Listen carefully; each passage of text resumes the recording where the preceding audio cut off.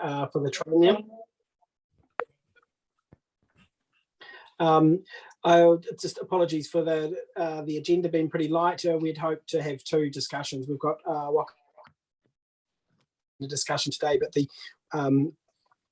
the town centre working groups had to be. We will be on a pretty light agenda, but we've also got to have a discussion a bit later on with regards to some of the funding initiatives, with regards to spending the money that's been put aside in the long-term plan for community boards. So I haven't received any apologies from the Mayor or any other councillors for attending tonight's meeting. Do I have any apologies from individuals? No. Do I have any declarations of interest relating to items on the agenda? No. In terms of, I'm just going to change the agenda item around a little bit, just to ensure that Jacob gets an opportunity to speak rather than lingering on through the public speaking time, and then we can move to public speaking time. So, Jacob, if I could open up the floor to yourself with regards to providing the Waikanae Community Board with an update with regards to progress in terms of areas particularly affecting Waikanae and the areas north and sort of slightly south of Waikanae, that would be great.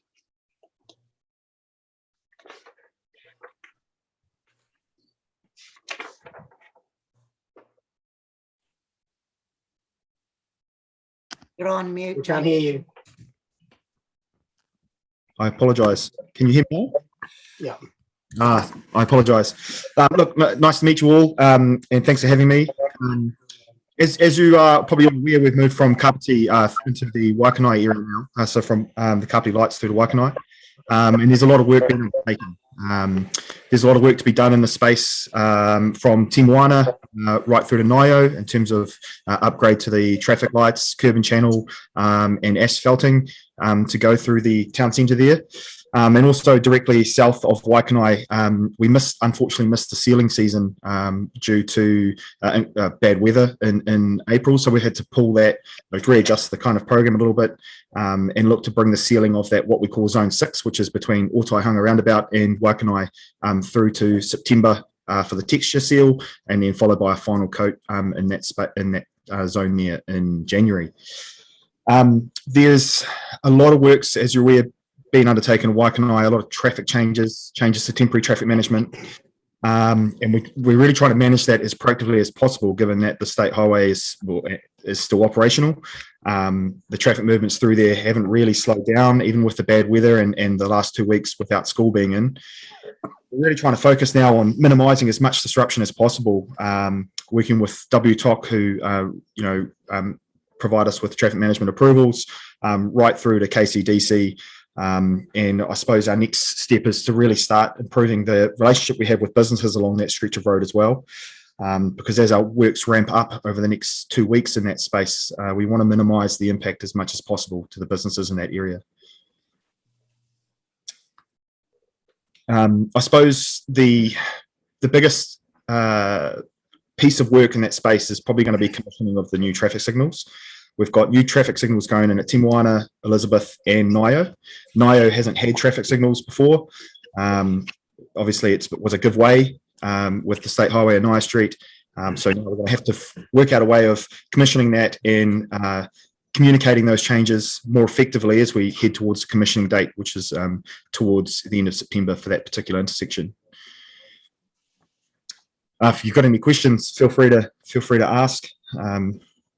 Yeah, Jacob, I've got quite a few questions, yes, and I'll hand it over to the board.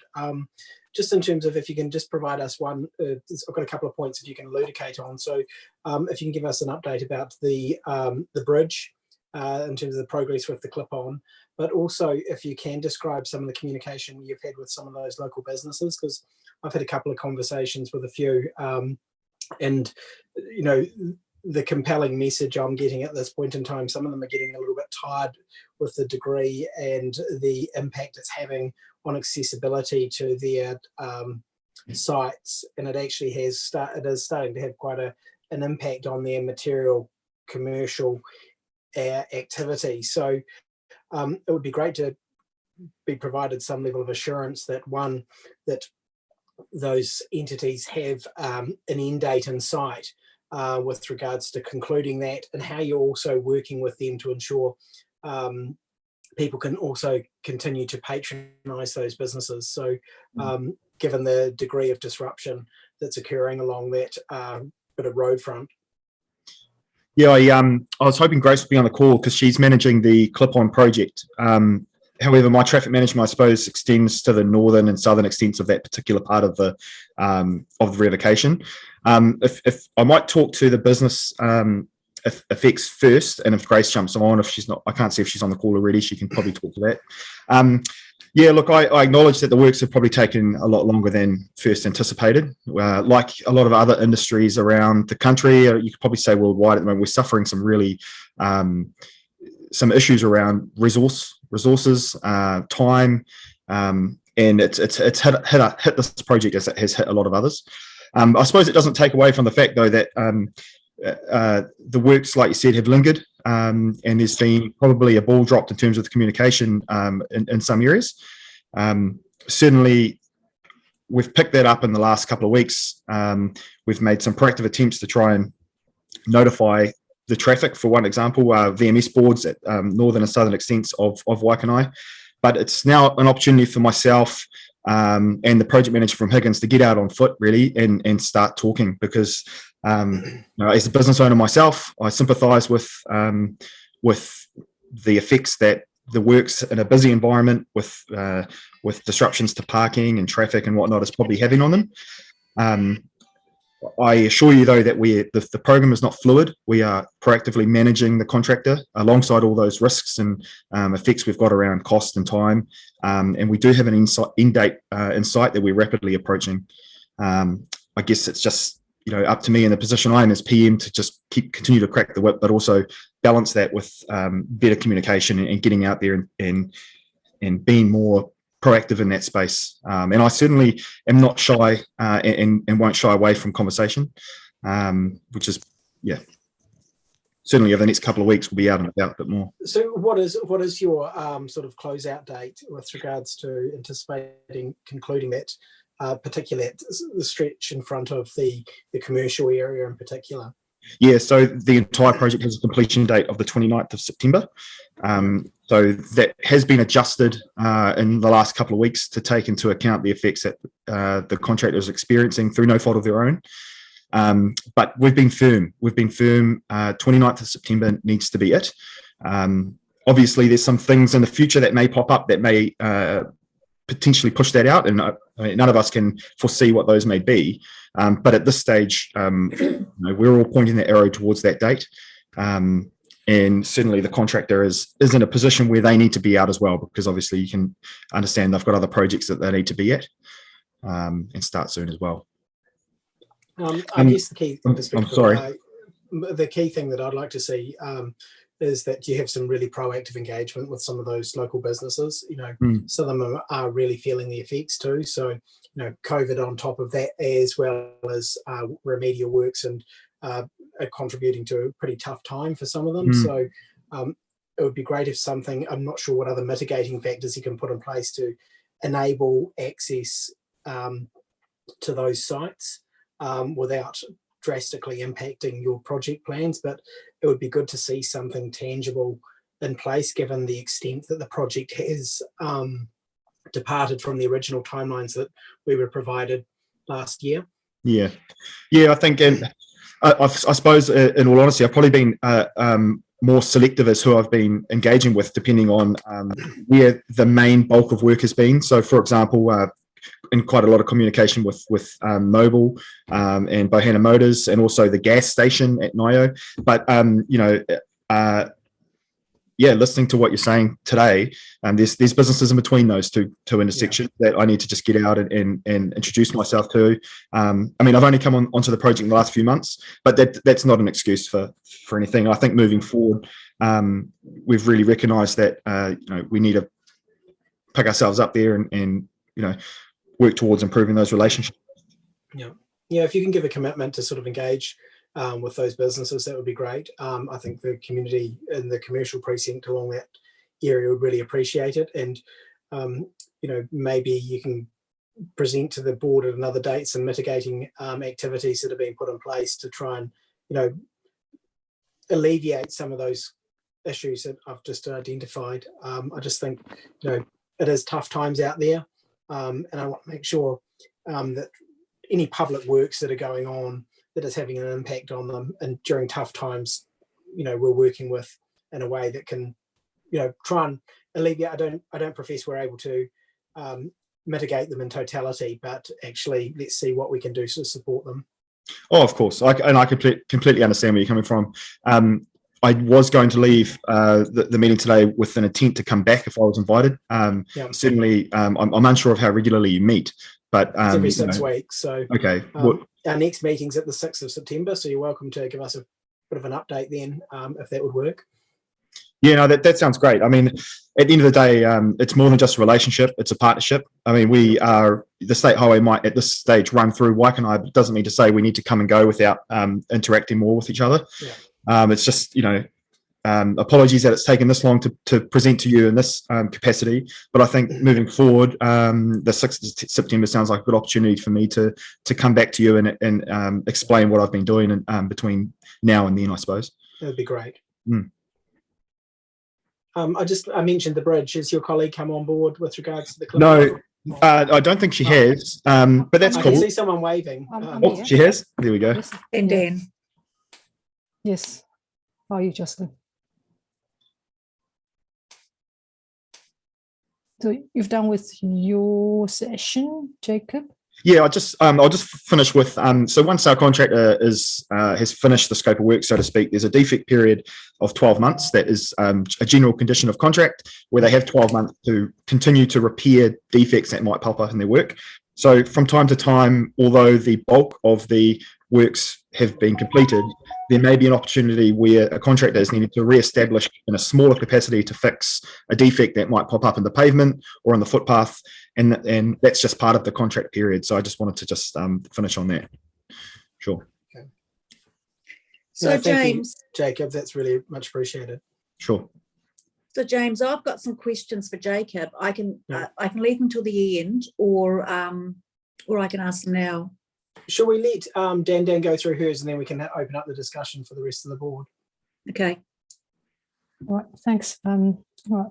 I've got a few slides about the Waikanae Clip-on Bridge project. I will start sharing my screen. I need the host to enable me to start sharing screen. I've just made you co-host, so you should be able to now. Okay, thank you.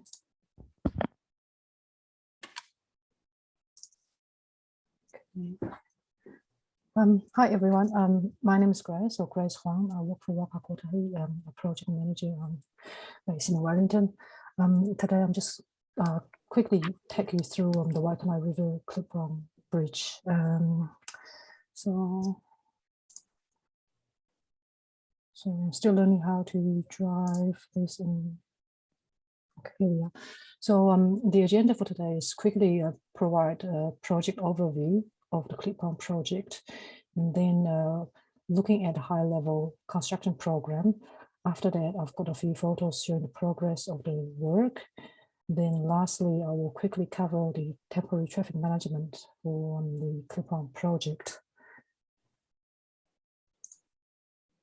All right, I'll probably quickly show you the cross section on the screen. Then later on, I've got another slide shows the artist's impression. But first looking at the cross section. On my right hand side is the eastern side of the Waikanae River Bridge, which is the upstream side. So as illustrated on the screen, the new Clip-on Bridge is going to be installed on the downstream side of the bridge. The new shared path facility is going to be attached to the existing bridge pier and then sitting partially over the existing footway over the Waikanae River Bridge. So the scope of work involves removing the existing handrail, which you can recall on the right left-hand side of the pathway, installing a new safety barrier between the traffic and the new shared path facility, and then clip-on bridge. So this slide basically shows the artist's impression of what the bridge would look like. As I explained before, the bridge is going to be installed on the downstream side of the bridge. It's about 2.5 meters long with handrails either side of the bridge, and also upgraded road safety barrier between traffic lanes and clip-on bridge. Then in terms of program, the work started probably about 2 months ago. So the contractor started doing the site establishment and applying for appropriate consents to do the works on site. So that piece of work has already been completed. Now we're in the stage of completing the site investigation, especially for the abutment design. So that's where the clip-on bridge would sit on across the river. Then going forward, we'll be looking at the abutment construction in August. Then program in September, we'll be installing the safety barriers and also the clip-on bridge. After all that is finished, we'll be doing some site establishment works and tidy up, and hopefully to get the project completed in October, early October. This slide just shows some scaffolding around the bridge piers. If you recall previously on a cross section that shows the clip-on bridge will be bolted onto the existing piers. So this piece of work is just enable the team to find out where the reinforcement is in the bridge pier. So if someone has been walking along there, probably noticed the scaffolding are still around. We'll be keeping them for the installation of the supporting structure and the clip-on bridge. Also fenced off either side of the bridge where the contractor are doing ground investigation for the bridge foundation works, and also to identify any underground services. During the investigation, we found there's a high voltage live electricity cable. So we're now in the process of refining our design. Initially, we thought we have to relocate the cable, but now we've got opportunity to look at the design that we can work around the existing cable without relocating it. And this slide just shows some of walk across that bridge. Probably noticed that there's a trench being filled in. This work is in preparation for the new road safety barrier to be installed. So that's where the barrier going to sit on top of. Just quickly going over some traffic management control proposals. What I've got on the plan that shows the proposed temporary traffic management during September, where the contractors are programming to install road safety barriers and a clip-on bridge. So at that time, we'll have to close one traffic lane on the bridge deck to provide safe walking space and also accommodate pedestrians and cyclists as part of the river trail. So yeah, some quick slides, and I probably can take questions with Jacob on both the revocation project and the clip-on project. Well, thank you very much for your time. Really appreciate the opportunity to see actually what's going on. It's something that the board have been really keen to see progressed. So thank you very much for attending and the presentation. I'll give an opportunity for the other board members to ask questions. Unfortunately, because you've got the share screen, I can't. Okay, sorry, I'll stop, I'll stop sharing. There we go. So do any other board members have any questions? Yes, I do, if I may. So thank you, Jacob and Grace for coming along to talk tonight, and it's nice to see some, I suppose, in relation to the clip-on, you know, how it's going to be designed and how it's going to work. So I suppose one of the issues around that work is the one lane of the road being closed. How long is that going to? It's been programmed for 3 weeks, so 21 days. So is it going to be on a timer or based on the actual traffic flows? It's going to be based on the program work, because in terms of the installation of the barrier posts have to sit on a concrete mortar, which needs some settling time. So the overall 21 days is allowed for both the barrier installation and also the clip-on assembling on site.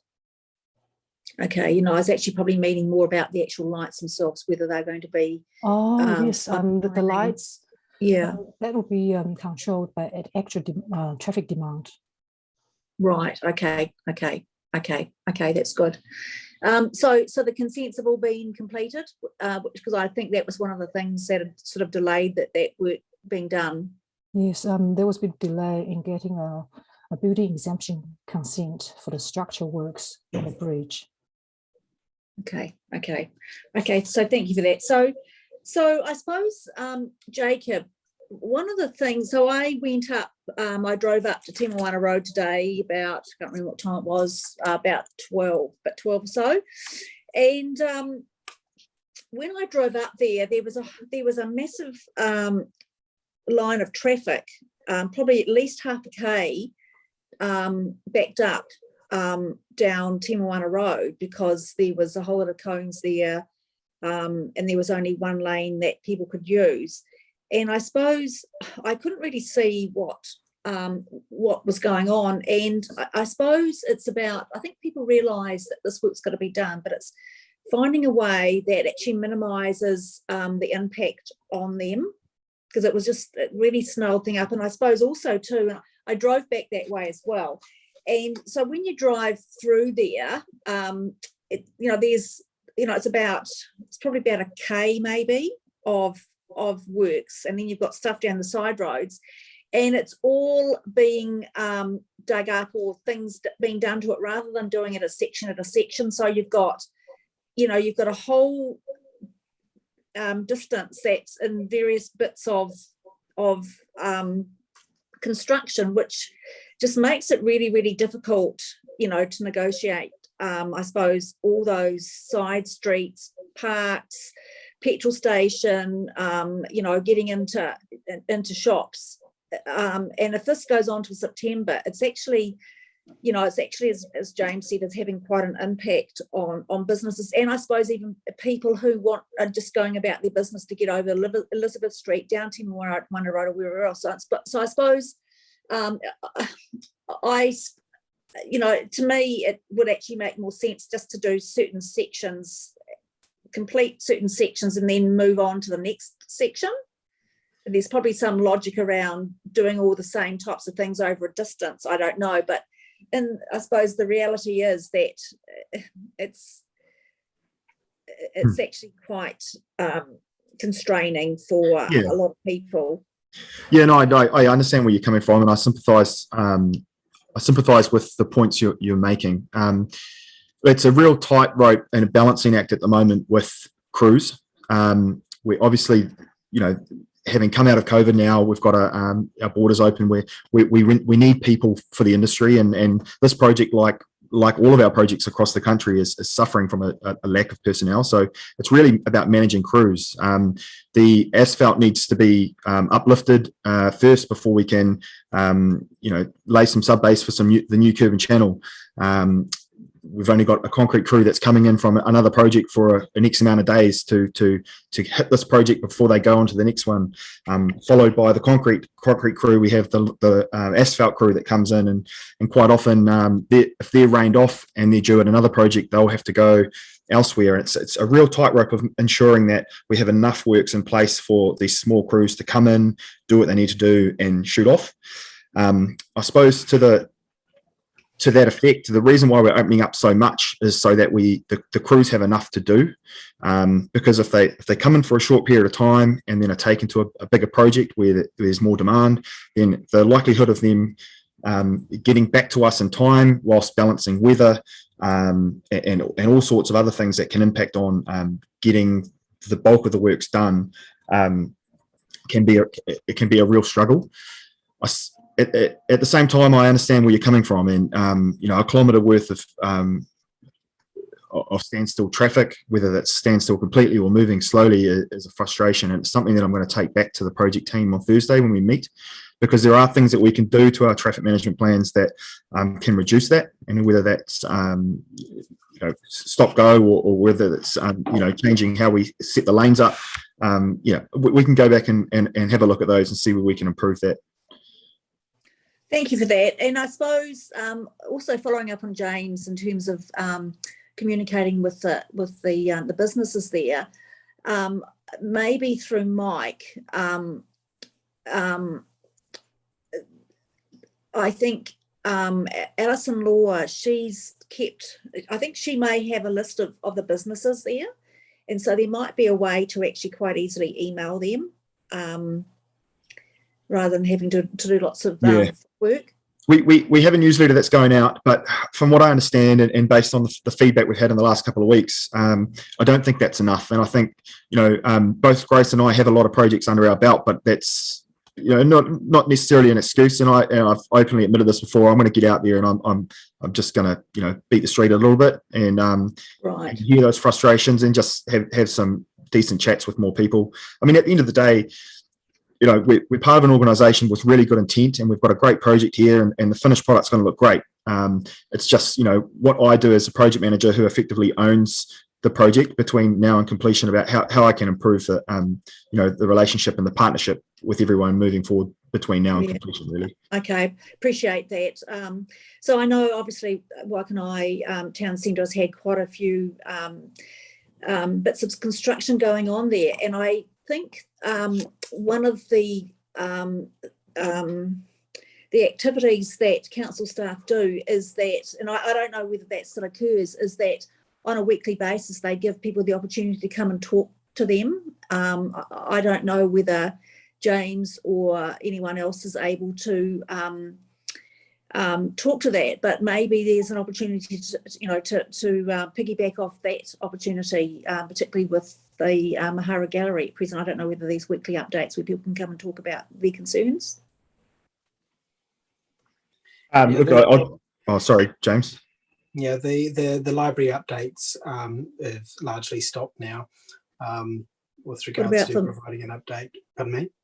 What are there not weekly things for the Mahara Gallery?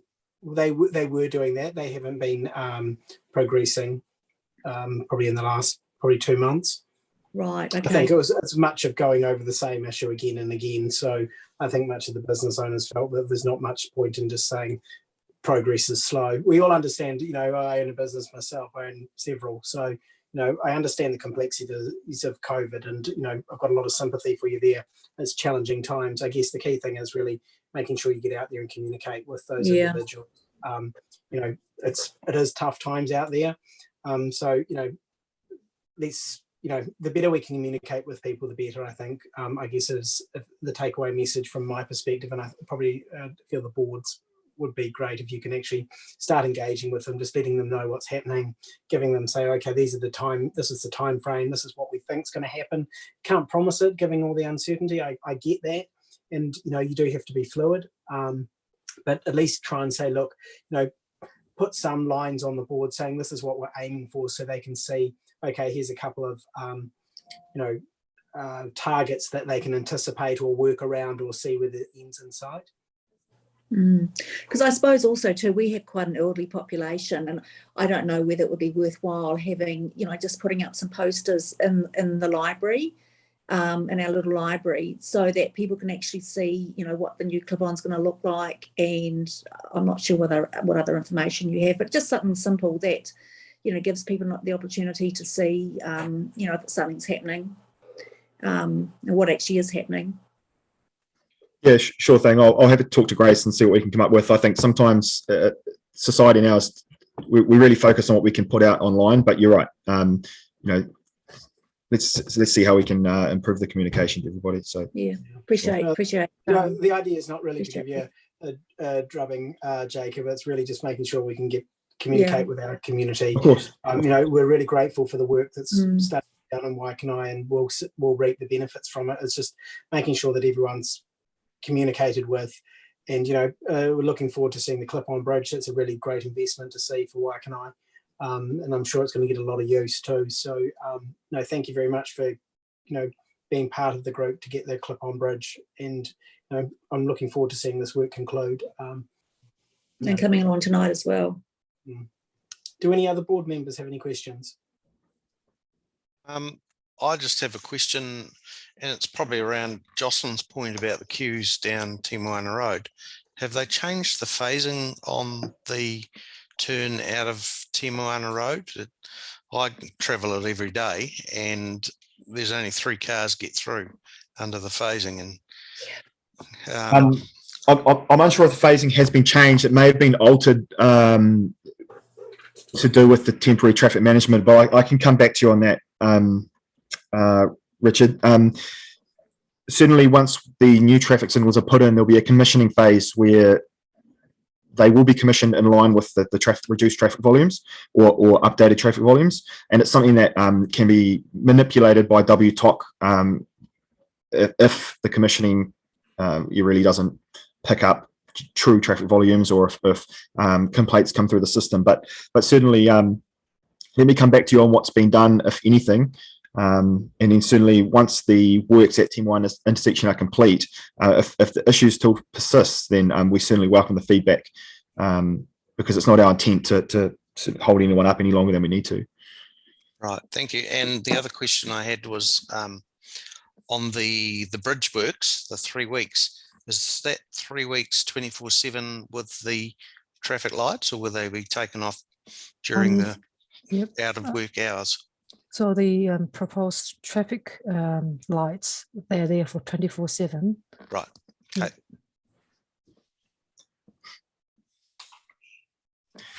That's all from me. Thanks.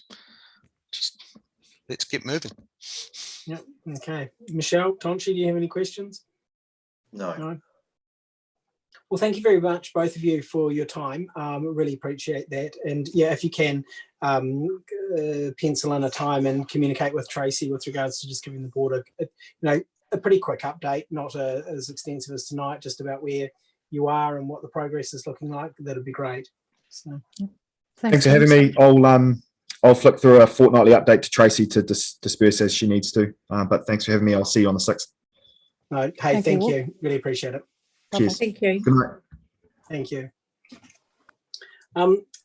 Sorry for those members of the public who we've just put forward the presentation and discussion from Wakakatahi. So if we can move to public speaking time, we've from my list at the moment, we've only got one member of the public wanting to speak. So Tracy, can I hand over the reins to you to... You there? Hello? Hello. Yes, I'm here, and Mary is, Salima is with us. So Salima, you can start whenever you're ready. And just a reminder, you've got a 3-minute. I actually said to Salima. Oh, you did? Fine. Yeah. Communication. So if we could get the. Okay, so can you hear me? Yes, we can. Yes, indeed. Okay, perfect. Thank you. So, James, I really want to thank you for asking me to come and speak to put some clarity on the Takutai Kapiti presentation that you had last time. So I'd like to first discuss the legal letter. And the board has now been given information that indicates that Mr. Boulder did not receive a legal letter from Crew, but rather a legal opinion that I had obtained as a direct result of a telephone call that Mr. Bolger initiated to me on 25th January. But if the board requires further clarity, we suggest that you request a copy of this legal letter to which Mr. Bolger is referring. However, without such a letter, We request that this board's records indicate, as of today, that no such letter was given to Mr. Bolger by Crew. And then I'd like to discuss with you the other issue, which was meeting with council. The board was also copied into an email by myself to Lindsay Craig requesting a meeting last week. To date, we have not been able to meet with either her or Sean Mellon. You received as an attachment my November's report to the council indicating this very point. To date, after my email to Lindsay Craig, I have not received an acknowledgement or a response to my email requesting a meeting. We would welcome the board's support in assisting us in securing a meeting that would help us advance some of the issues regarding the technical reports, the LIMS, and the legislative requirement of the New Zealand Coastal Policy Statement. And James, I discussed with you Jacob's Volume 1 and 2, and I sent you the April update that I'd sent to council. So council staff, in particular Lindsay Craig and Tim Power, have now confirmed to the Office of the Ombudsman that there are no terms of reference or a contract, nor does the council hold any records relating to Volume 1 and 2. Sean Mellon, a couple weeks ago, also confirmed that council holds no documents related to a Volume 3, which Crew was just recently made aware of. To date, Jacobs have not delivered the report for which they were originally contracted for. The investigation with the Office of the Ombudsman is ongoing, and by now the council will have received official and formal notice. Although we are waiting for the actual amount spent, we believe that Jacobs has received over $250,000 of ratepayers' money. We also estimate that the actual cost for Jacobs will be in the $500,000 ballpark, if not more, of ratepayers' money. Now, moving forward, you can see from Crew's legal position that we currently have very little to no trust in the CAP process. Meetings are held behind closed door, and the panel is running with 4 members short. The CAP presentation on Saturday was indicative of their attitude towards Crew when they refused to allow me to ask a question until Stephen Daish was publicly forced to recognize me. This can be corroborated by councillors Halliday and Pravanov, who were there. 10 years ago, Crew's intervention proved that the Shand report was not fit for purpose, and this became a costly legal battle. We had to raise the money twice, once through Crew and once through the rates that council used to go to court against its own ratepayers. We feel that the CAP process is going very much in the same way. We would like to avoid this at all costs. Crew is happy to have these discussions, but they must be based on facts and not personal attacks by CAP or council staff members. I want to remind you that Crew's teams are made up solely of experts that donate their time while council staff are being paid. As the largest ratepayer group in the district, with members from Paikakariki to Otaki, we would welcome your support in moving this discussion forward. We request that the information that I have sent you, the emails and the attachments, be tabled as a part of the board's records today. And if you allow me a couple more minutes, I think Quentin has a few comments that he would like to make.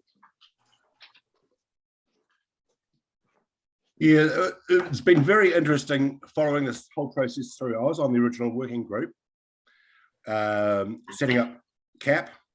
I was also very involved in the original terms of reference with CAG, which preceded this in 2014, and had a fairly good overview of both what council staff in 2014 were trying to do and where we got to. The thing that really perturbs me is the comments that James Bolger made to us on at the Crew AGM last year. And when the lucky thing was that we had an independent person taking the minutes, and she used her shorthand skills and also the ability. She had also audio record as well to check what to put in the records. And one of the questions asked was whether the expertise that is within CAPTI could be used. Mr. Bolger felt that the panel represented the community expertise, which horrified me. His other comments included the recommendations would be community-led, as people on CAP are from the community. Therefore, that is the answer. And also, the proposal was made in both documents that all meetings of CAP be open to the public. But Mr. Bolger noted he was not in favour of that and added, "Not if I have anything to do with it." So how can we have any confidence in what's happening when people, just a small group of people, are deciding and using what we call the DAD system? We decide, announce, and defend instead of using an inclusive situation. I think we have got severe problems with the situation, especially when we are being attacked on personal basis rather than on factual basis. And that's the thing that really annoys me as a ratepayer. We have had the experience and we have got some very good experts who could add to it.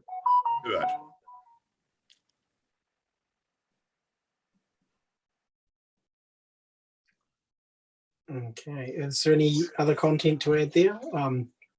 In terms I'll of, leave it there, James. It is a worrying situation for you. so I've got a couple of questions really. Okay. Probably Quinton, and then I'll hand over to the board. Just like my interpretation of just what you've described there is that you're not happy with the process. Is that correct? Or the individuals on the group? Like there's a number of facets, because one, the council's engaged in a process, and as long as they're adhering to the process, there's a component of that, and the members of the group that represent that process. Or I just want to make sure I understand the issue that you're defining just in your conversation there. Okay, it's quite easy, James. Is the problem is that we know we've got the expertise in the area. That is the lucky thing about CAPTI. We have got tremendous expertise in a whole range of areas, and it's not being used. But in this process, we have got a group formed by council that are inward looking and not using the expertise of the community. They are deciding what they want to do. They will announce it and then they will defend it.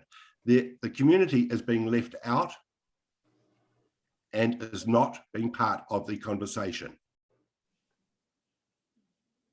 Okay, no, it's okay. So that's what I'm trying to understand. So essentially, Crew's response is, so just correct me if I'm wrong. I just want to make sure I understand the issue properly, because if it's about the process and the participants, and that's a major flaw to the system. You know, with regards to keeping communities engaged and participating in that, the difficulty I see is a lot of those processes have been approved by council. That's correct. So the challenge is how to ensure that you are part of that process. And Salima, we've got a lot of sympathy. If Lindsay's not getting back to you, that's unreasonable and unacceptable. You know, part of the process and the commitment we were given by Jim was that, you know, they would make themselves accessible and available to members of the public of all different views. Everybody's got different views with regards to, you know, some of the issues that have been put forward, but actually making sure that they have cogently understood some of those issues. So I think one of those things, I think it's incumbent on the board to ensure that Lindsay and the team make themselves available to Crew to participate in the process. By not being able to participate in the process, you've been denied your right to fulfill that. The other issue is the members of the group. I'm not sure what ability the board will have to change the membership of that group, given it's been set by council. So, and something that might be something Mike would probably be able to explain in a little bit more detail on that. Salima, with regards to tabling the papers, I wouldn't table them tonight, but I would certainly request that we can put those as a tabled item at the future community board meeting, so that they do are recognised as a public reference in a document there. So I have no issue with that. That would be no different to any other material that's been provided to the board. Okay. But I guess the key thing for me is trying to work out where we can help you and where we can facilitate and enable your concerns to be heard. I don't know, you know, it's not going to answer all the challenges you have, but in terms of ensuring that your views are considered as part of the CAP process. Right. Can you hear me still? I can indeed. Okay, so we're not really asking you to re-look at the membership of the panel. That's already been chosen. And we accept that, and we agree that that was what council thought was the best option at the time. What we are worried about is the process that is undergoing now. I mean, council has been aware for months and months and months and months that since 2020, we have not been able to get a meeting with council staff regarding this. And in almost all of my updates, till I just gave up. We have still, I think my last meeting was December 9th, 2020. So that's the other thing. But what we really want is there is a huge group of expertise in Kapiti, and we would like that they be allocated to TAG, the Technical Advisory Group. And I think that would give us some level of confidence in the process. If we could have Dr. Ashby, if we could have Dr. Dunmore, if we could have Dr. Wilkinson, if we could have these experts that are here in Kapiti be allocated to the Technical Advisory Group, that for us would go a long way to think there is a fairness to this process.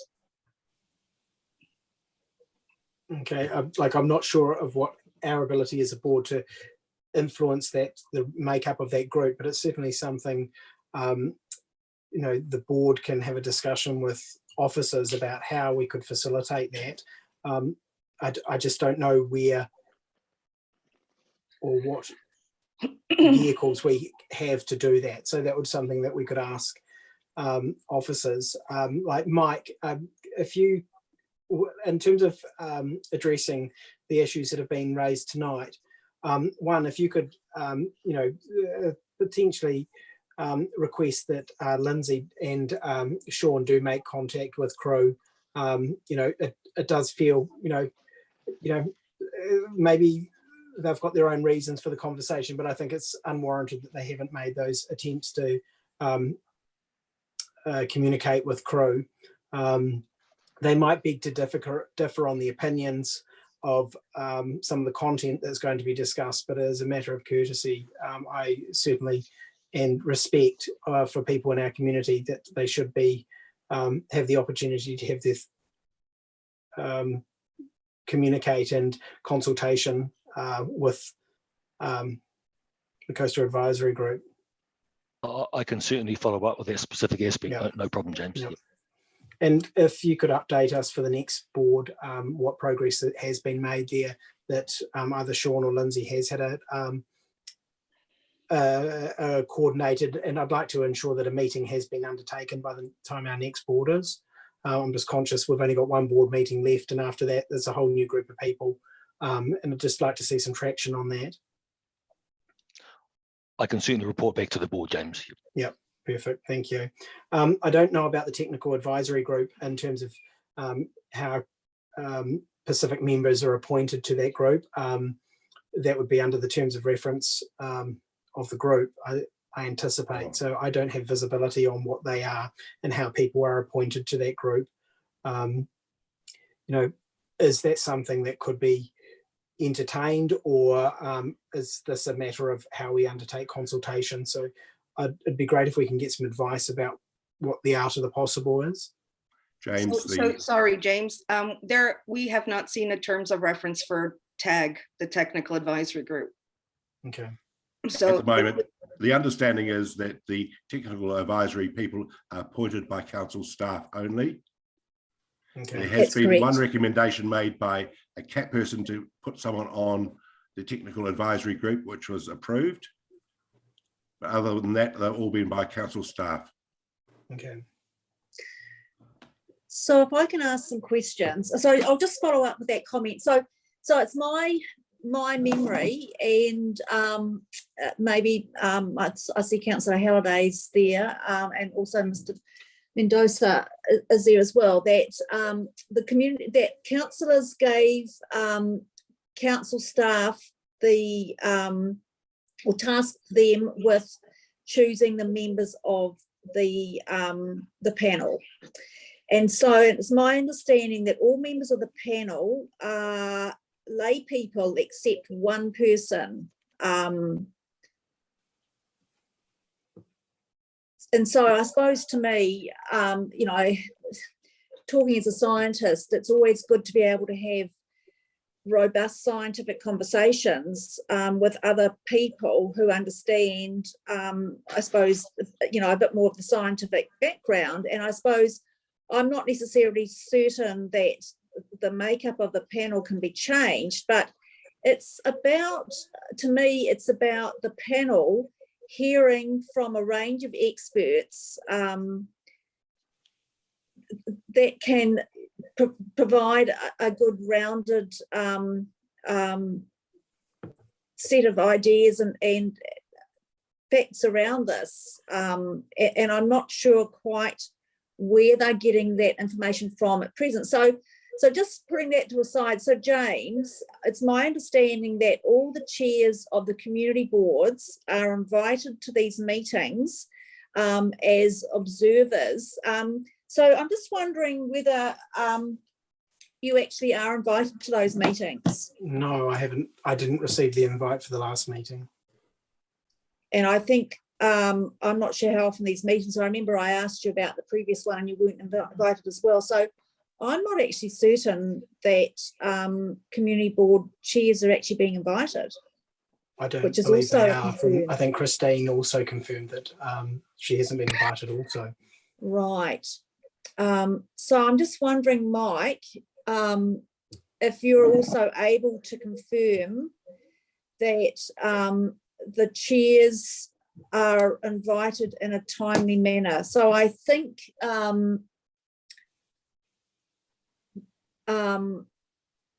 I think there may well be other people who are invited. I think other people might be invited, but I'm just wondering whether or not, for some reason, the chairs of the community boards aren't being invited for some reason.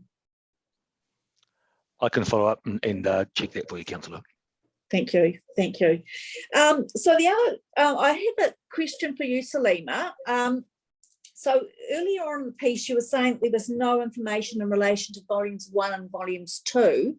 I just want to clarify what actually that means. So is it actually no information about anything, or is it actually about the information that changed what you understood to be the initial contract that was let to Jacobs to ask for a risk assessment report, but then that was changed?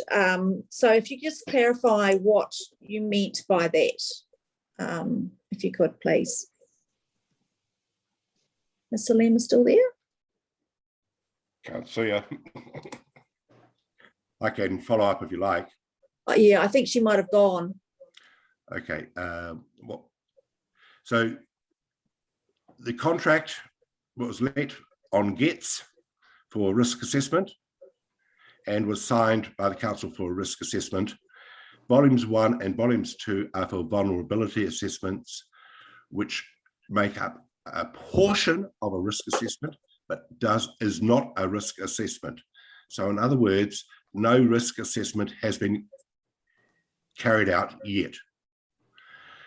We have tried to follow up, and suddenly volume 3 is being talked about by council staff And that came up about 2 months ago out of the blue.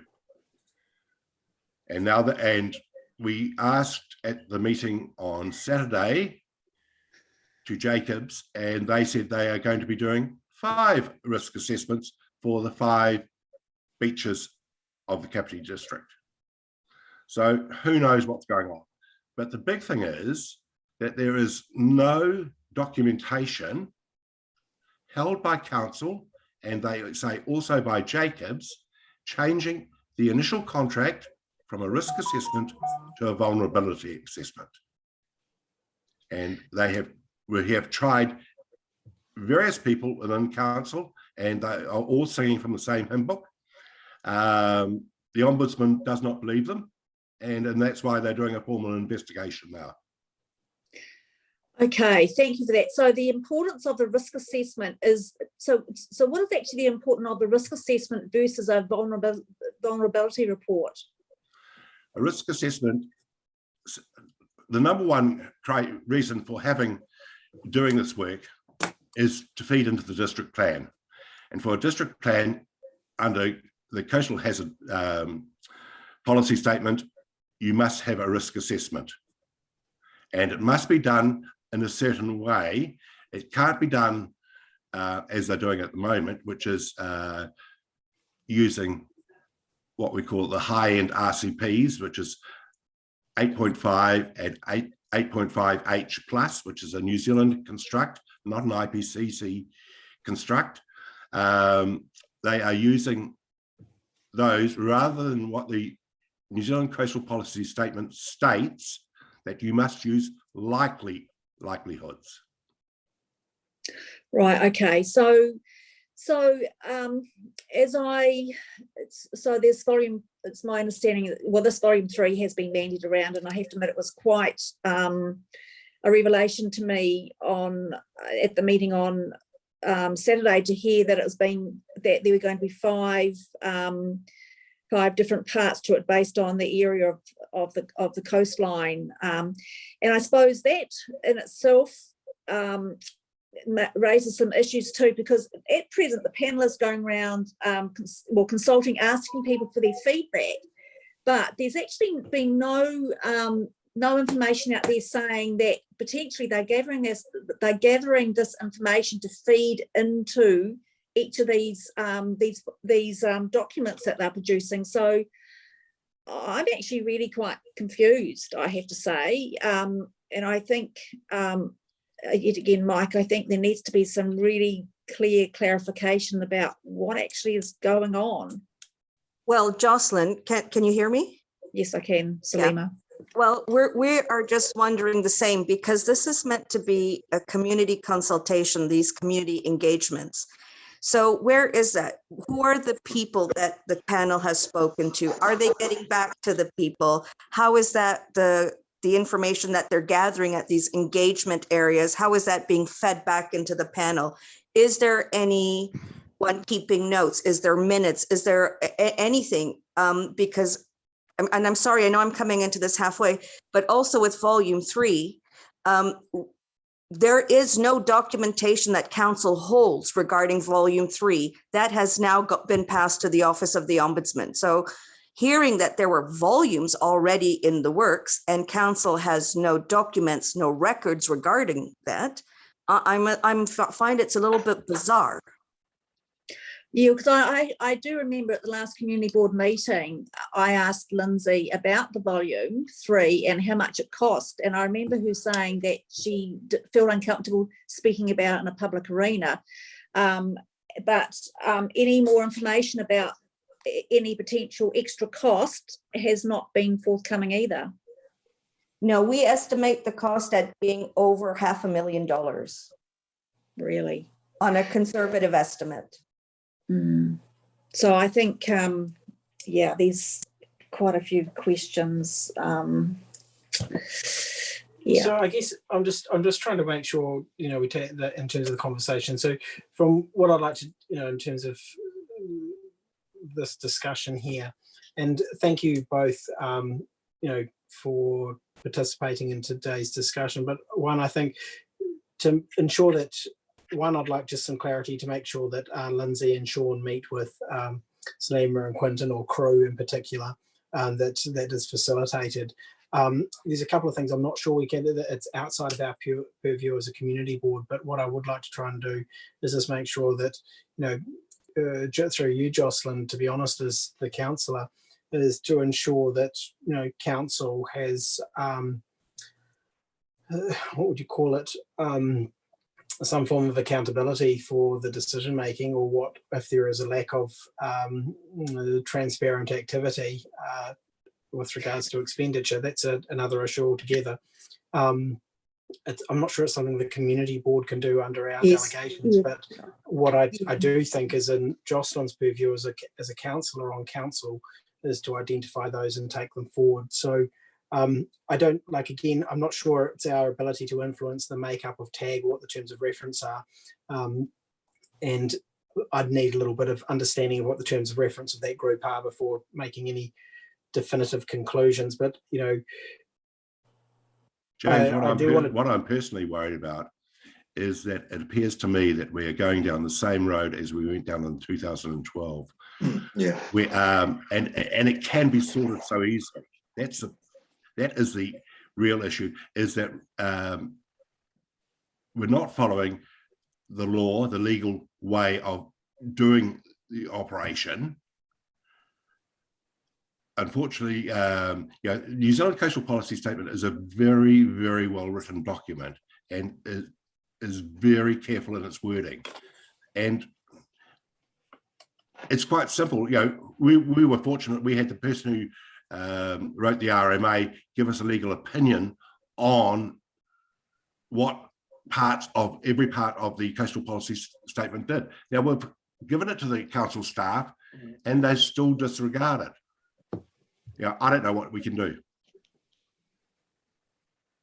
It'd be like I think I've mentioned to Salima, it'd be disappointing to end up with crew having to undertake the same level of action that you did last time. And I'd hope that working with the group in terms of using the consultation mechanisms and that they are fair and transparent. And Jim Bolger gave a commitment to us, and I'd like to hold him to that, that it is a fair and transparent process for the community. And at the moment I'm hearing it's not. So, from an advocacy perspective as a board, that's incumbent on us to ensure that it is a fair and transparent process. We might not all agree with the outcomes, Quinton. Some of those, the outcomes might not be might be unfavourable, but as long as we are undertaking a fair and well-informed and transparent process, some of the outcomes we might have to live with. But I'd like to ensure that, as a board, we can hold council or ask council to be held to account to ensuring that happens. So yeah. So at the end of, I suppose, given the passage of time, councillors will be presented with, I suppose, their findings, and we can either accept, amend, or decline them. And that's some way along the track. But I suppose as councillors, we need to be fully abreast of what's going on as well. And I have to say that when councillors were invited to a meeting with crew to understand the process, we were actually told by the mayor that we were not allowed to attend. And so, sorry, Jocelyn, when you say that the councillors need to be informed more, do you know that there is a new terms of reference for CAP? Has that come before the council? Has volume 1 and 2 come before the council to ratify, to accept or not accept? Has those things happened, which is part of a democracy? I mean, council, it does go to the council, the councillors do get feedback, but you have not had the new terms of reference that are different from the ones that the working group came up with, that were written by Stephen Daish, Jacobs, and I don't know who else. And you don't have volume 1 and 2 that has been given to the council on the record. So if I can ask Salima, so those terms of reference, how did you get those through an Information Act request, did you? Yes, we did. So yes, because I have to say it's probably, and I think, we probably, I think it's fair to say, well, we haven't had a briefing on the coastal adaptation process for a very long time. Yeah. So the new terms of reference were written in March after crew had asked for specific terms of reference. So we asked for specific terms of reference in November, and one was done in March. Okay. Chair, can I ask a couple of questions when I'm able? Go for it. So thank you. I've been reading the threads from Salima over the last week, and there's quite a few gaps in my mind on that. I just want quick clarification on. So the Coastal Advisory Group, they came and presented to the board last community board meeting. It's quite a weighty membership, isn't it? Can someone just briefly explain their function and their establishment? Are you asking about the coastal adaptation panel? Yes. Yeah, well, what's their primary function, and why were they established? Maybe Quentin can answer that because he was on the working group. Right. There were two reasons. One was coastal adaptation processes to look how to adapt the climate change things and mitigate them, and how the community will work through that issue. And the other main driver was to provide recommendations to the council for coastal hazard plan changes. Okay. Because the current district plan does not have any coastal hazard things, which they're required by law to have. And so they're a conduit to council. So they're the wider stakeholders conduit to council. Well, they're a panel that are reporting back to council. I wouldn't use the word conduit myself, but they are a panel that has been set by council to undertake these issues and to give feedback. Yeah. And one of their terms of reference is engagement with affected parties and the wider community. I would assume that that is part of their mandate. It's hard to be a community-led panel if you don't speak to the affected parties. Okay, so what's the Except weighting? what Mr. Bolger told us at our AGM. So they were the community. Okay, so Quentin, in your words, what's the weighting of their establishment? Or are they just a sandbagging exercise? Because that's what I'm hearing. What's sandbagging exercise? Well, it doesn't seem to be working. No, it's not. To my mind, coastal adaptation basically is outside of Crew's remit. The only part that we're interested in is plan changes, and we have got the expertise to do it. And we've offered to do it for the council for many years. And in 2014, 2015, we actually had a very good working relationship with the council staff trying to move it forward. Unfortunately, those people were nobbled by other councils and moved on. Since then, it's just been a disaster.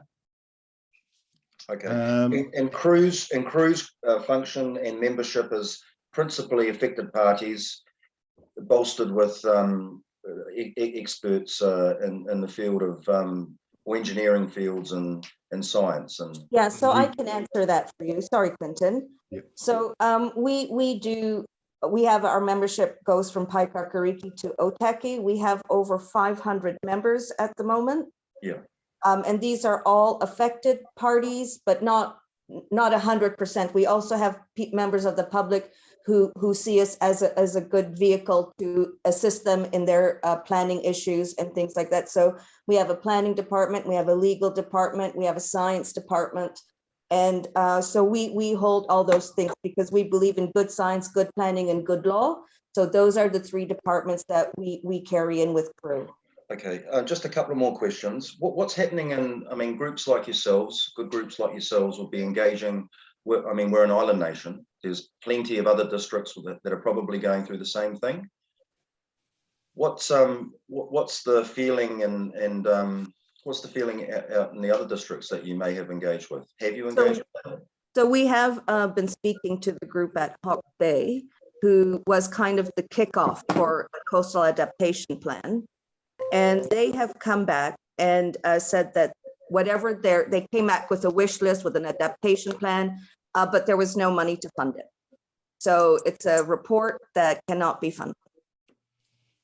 Right. So they're having a similar experience to you. Well, they came up with a plan. They went through the same process, and the plan that they came up with had no funds attached to it. So it was just an exercise in paper, maybe you could say.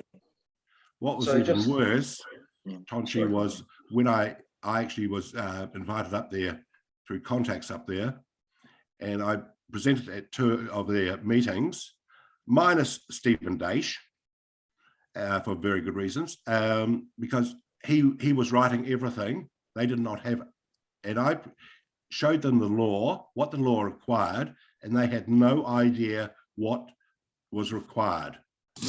And they were operating totally, their planning things were totally outside New Zealand legal requirements. And, you know, it's a horrible situation up there. Yeah, and if I can add, so that's where Crew is lucky, because we do have those experts here.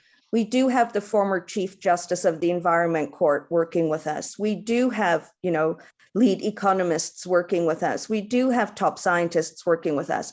So we have that expertise in-house, and we have proven it time and time again. And one of those is the 2012 report, the Shan report, which if Crew hadn't, you know, put to the test, we would have ended up with a policy that was so draconian. So we were able to contest that successfully, technically, legally, and in terms of planning. So we do have a track record of knowing what we're talking about, and we would really like to have those discussions with council. And I agree with James, we don't have to agree on everything. We can agree to disagree, but let's agree that the process is fair, transparent, and accountable. Okay. Under every sore, there's an underlying symptom. If you could put or point to one overarching symptom of what's going on, what would it be if you could do that? Well, why this isn't working for us, or Well, is that your question?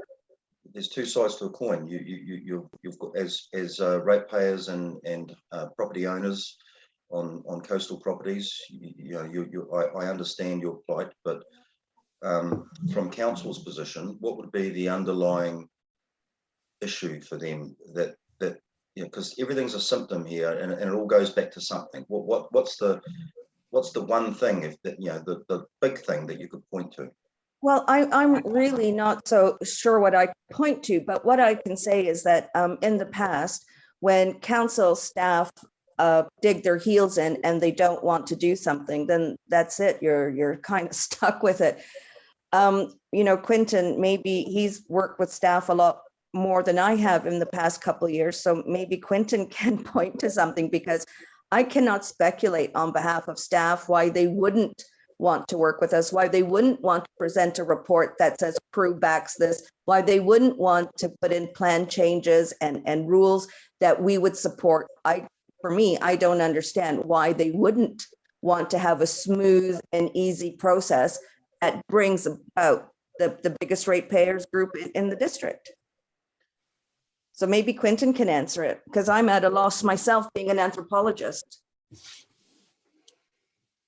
I've got no idea at all what's driving the council staff, other than I could make the comment that they are on the alarmist fringe.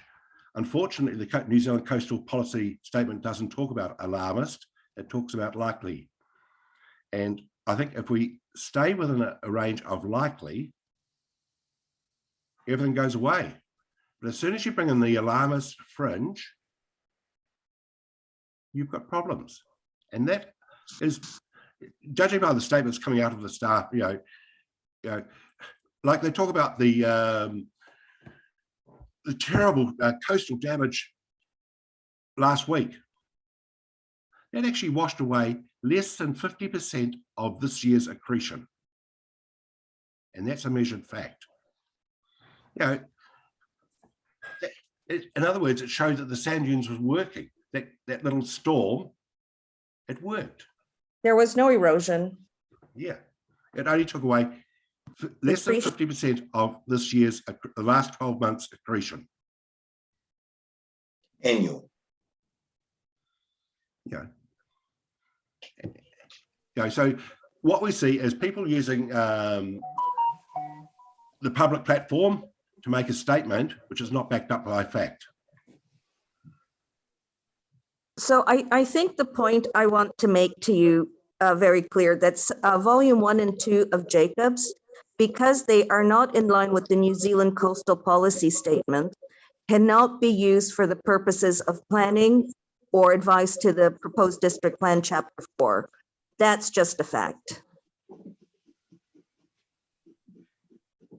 Okay, thank you. Yeah, so yeah, I think like what I want to try and do any other board members have any questions? Because I'd like to wrap this up, but I want to try and come to a couple of actions that, you know, as a board that we can take forward. And like I said, you know, I think it's incumbent on us to ensure that, you know, Lindsay and Sean meet up with crew.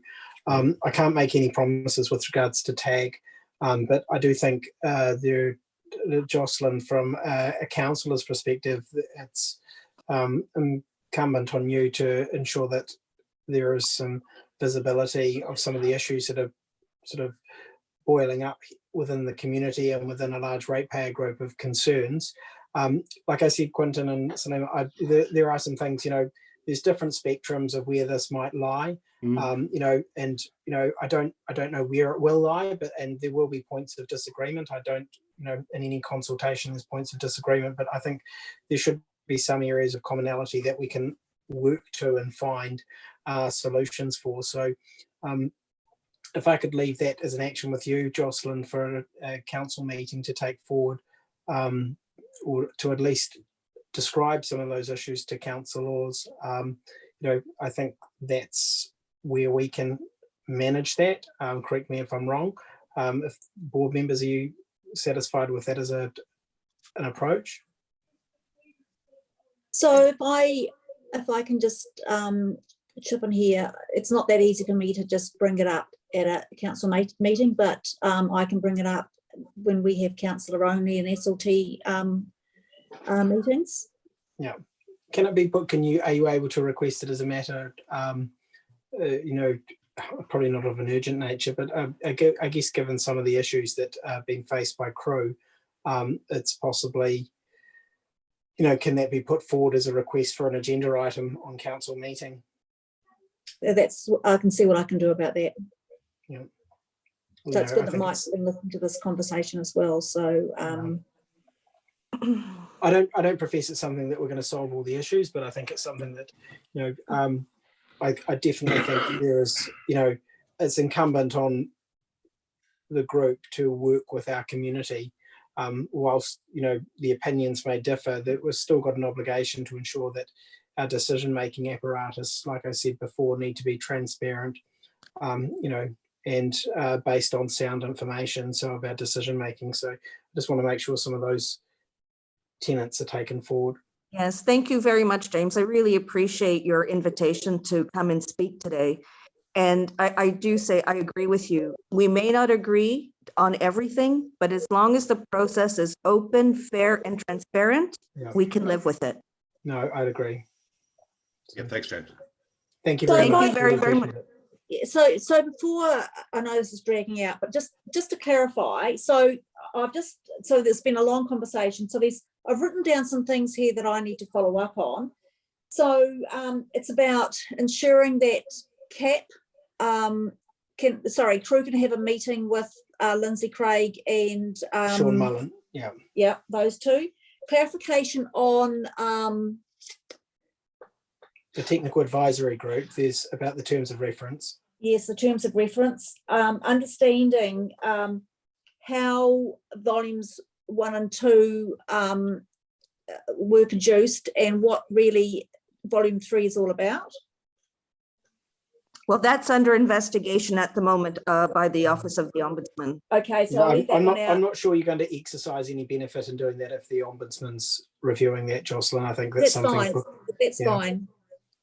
Yes, I'm just clarifying exactly what I need to ask. So the last thing that I really need to ask is to understand what really is going on in terms of this last piece of work that we heard on Saturday, where they're actually doing 5 little projects in the area and how they're actually gathering that information, the type of information they're actually gathering there, and how it's going to be used.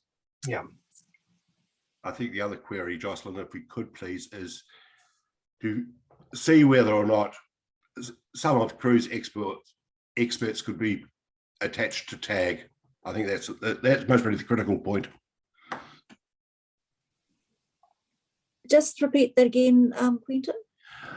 I think the most critical thing, look, thinking it through, is most probably seeing whether some of our experts could go and help TAG, which is the technical advisory group, with their deliberations. Okay, so yes, so I suppose that's tied into opening up those communication channels, and yeah, so we'll just okay, I've got all that. Thank you. Thank you very much.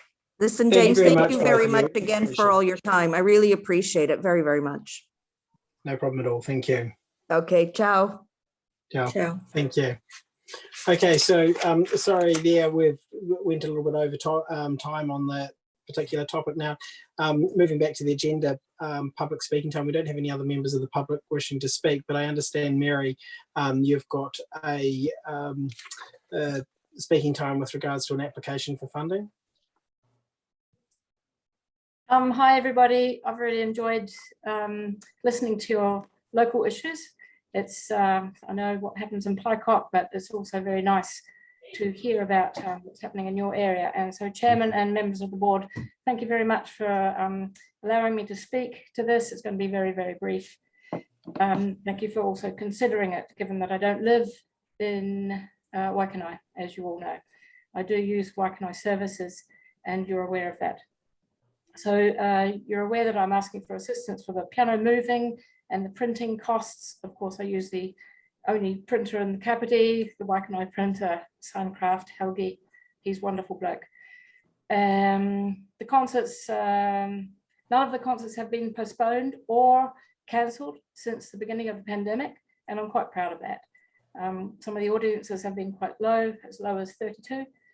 And we've sort of recently crept up to about 60, which is still about half, less than half than what we've been experiencing before the pandemic started. The reason for the concerts is to keep the musicians occupied, remunerated. The musicians come from all around New Zealand, not just from Kapiti and not just from Wellington. It's important to keep them activated. The importance for Waikanae is that it's giving Waikanae people a chance, to come down, to get out of their daily worries, and just to socialize with each other. I think that's a very, very important thing in these times. I'm helping people to activate their social contact. And a huge thank you to the people who have been supporting the raffle that I've been obliged to continue with each concert. People from the cafes, I'm talking about Waikanae people from the cafes, the golf club, and from the Unichem pharmacy. I'm very, very grateful to them for providing the prizes, which raises a little bit of money, extra money, like $200 or $300, which goes immediately to the musicians, directly to the musicians. That's all I've got to say, but I really welcome any questions.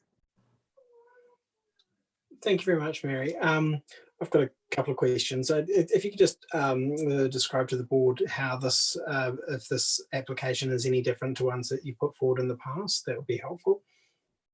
In effect, no difference at all, James. I'm totally reliant on the support of the local community boards to be able to carry on this project. As you know, I'm not a society, I'm not registered, I'm a one-man project together with my husband.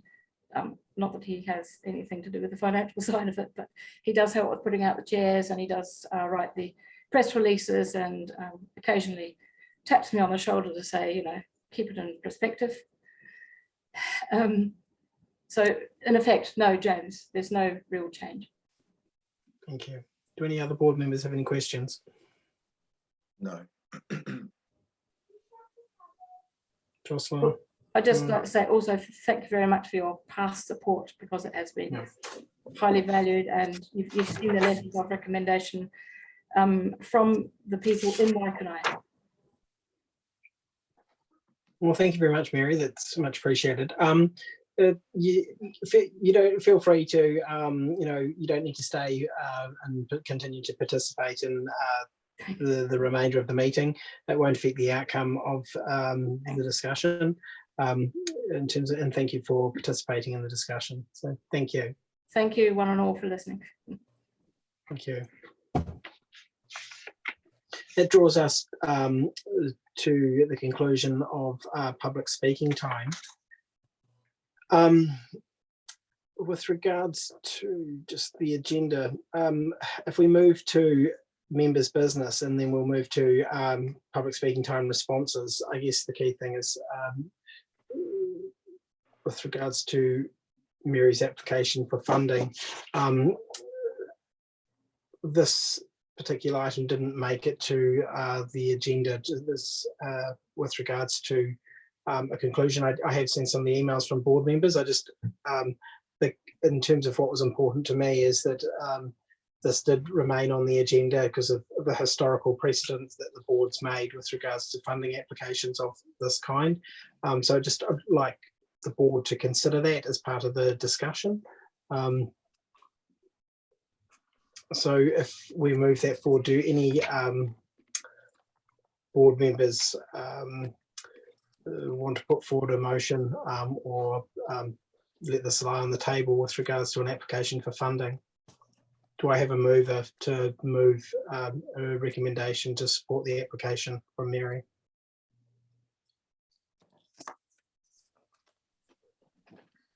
No.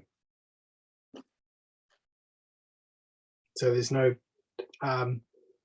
members of the board that would like to see the Waikanae Community Board support Mary with regards to the concerts? No. If there's no support for that motion lapses, as I understand, Tracy.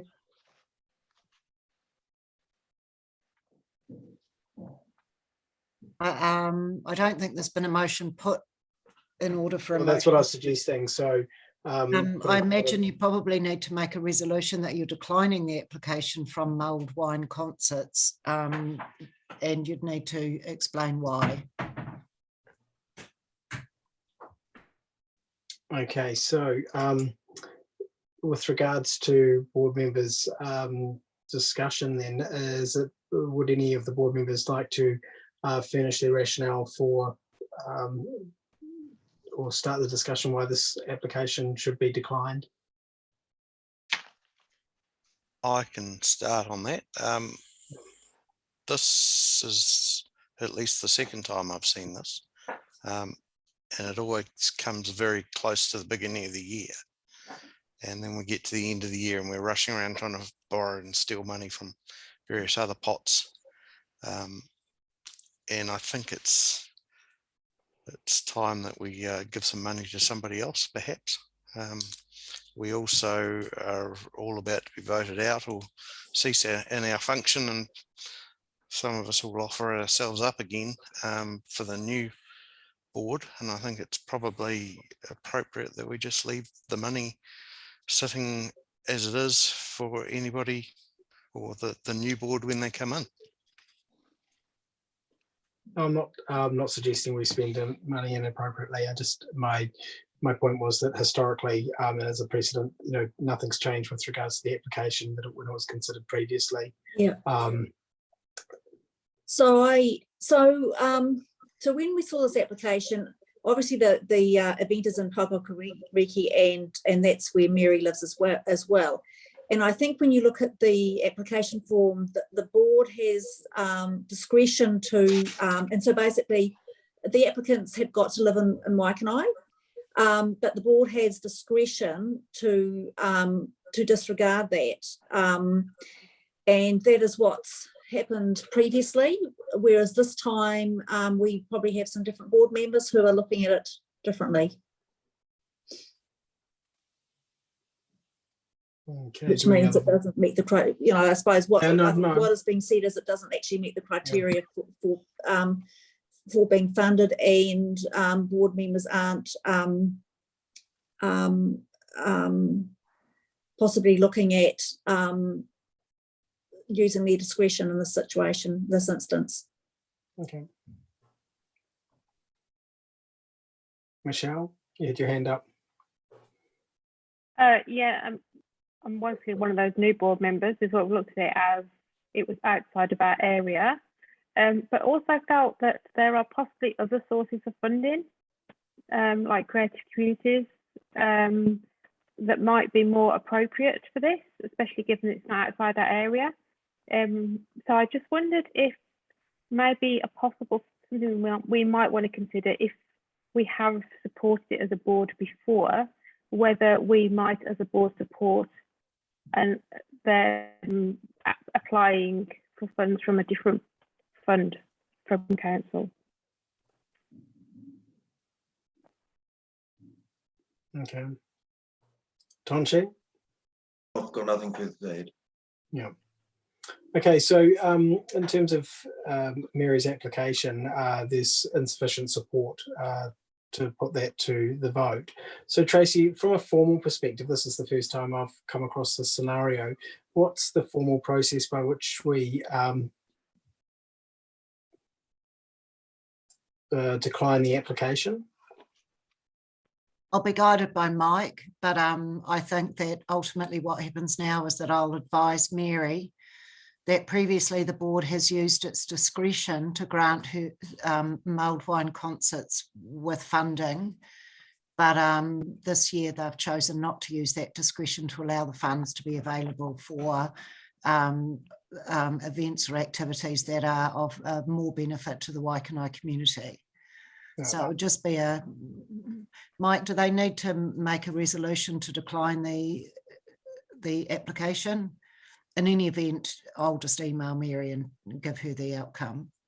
We'll carefully craft the minutes to reflect that discussion, James. Okay, thank you, much appreciated. Yeah, so no, I just sorry. So how much was she actually looking for? Was it $500? $500. Yeah. So I suppose I was wondering whether or not if someone proposes a motion to that effect, there is no seconder, so then the motion actually lapses, and that is the end of it. Yeah, that's what my understanding, but I'm not 100% sure. So I think if you don't do anything, then it hasn't actually a decision hasn't actually been made. We've talked about it, but we haven't actually made a decision on this matter. If you propose a motion and it's not seconded, then it doesn't get captured in the minutes. Oh, isn't it recorded as not being? Oh, no, it doesn't get captured. Okay, well, the other option then is to propose a motion, someone seconds it, and then people they either vote against or for the amount of money that's been. Okay, so normally actually it lapses, aren't they? Even when they're elapsed, so even that's not. I thought that was actually recorded in the minutes. If it gets moved and seconded and then lapses, that gets recorded. But if it gets moved and there's no seconder, it doesn't get recorded. Right. Okay. So is it necessary that this gets recorded then, if that's the case?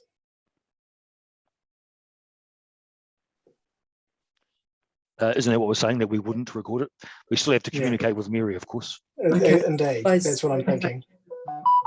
Because I suppose also too, it's not actually on the agenda. Yeah.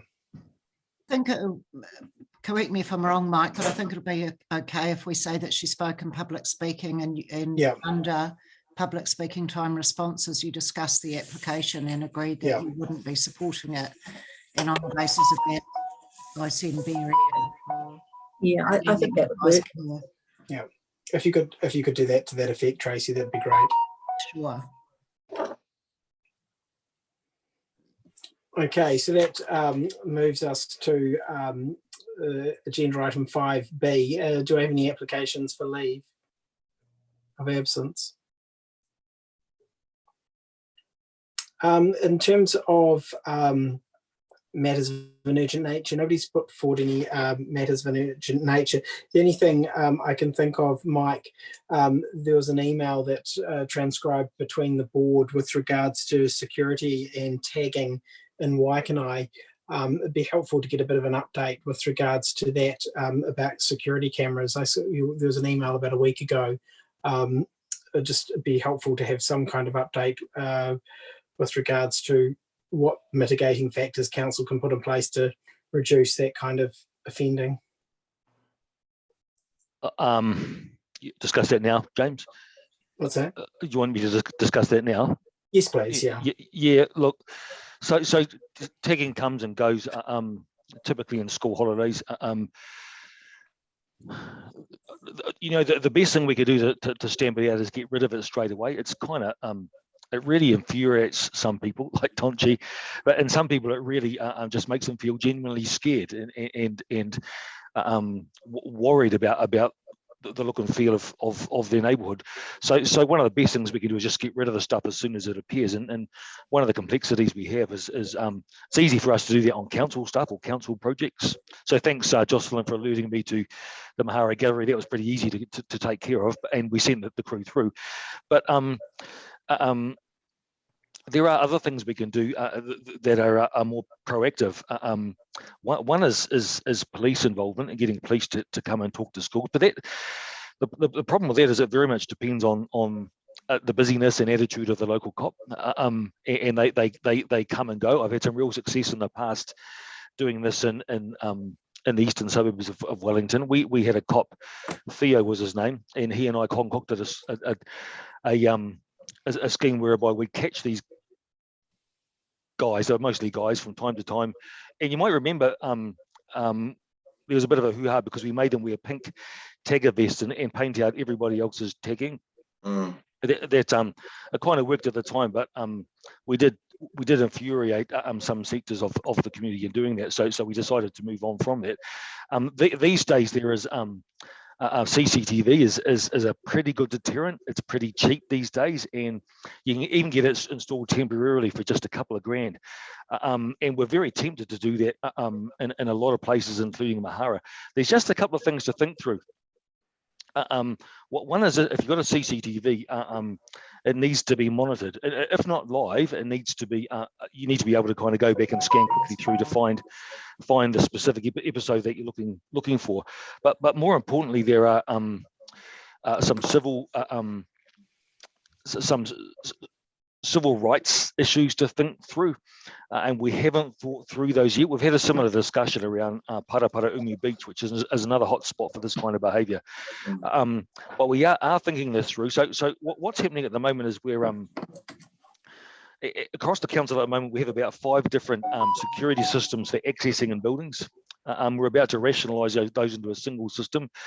As part of the procurement for that, we have asked for proposals for how we might use CCTV to be integrated with that system, so that we can have a control room that is basically the nerve centre for all of the council's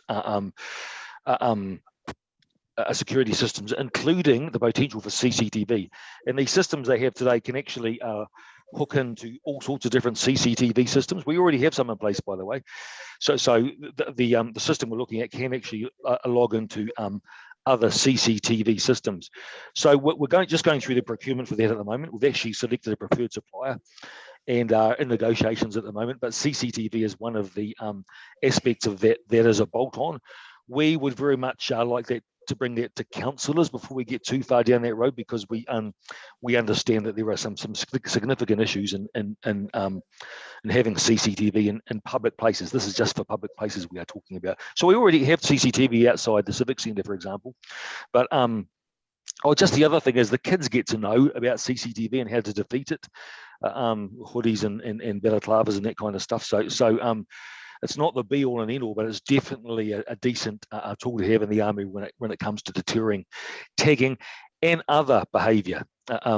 It's not just tagging, but it's tagging is the one that infuriates people and comes back every school holidays. So that's kind of a summary where we're at, James. I'm happy to kind of answer any questions or feedback or debate on that. But I guess, Mike, I guess the key thing I'd like to see is if you could invite the district constable to come again. It's been some time since they last participated in our board meeting, because I've noticed tagging increasing in Mahara Place, and you see it down Marai Lane in particular, and just a number of sort of areas, and even some of the playgrounds in particular. So I think it would be quite handy that they come and talk maybe on the 6th, if that's possible, if we could work with that.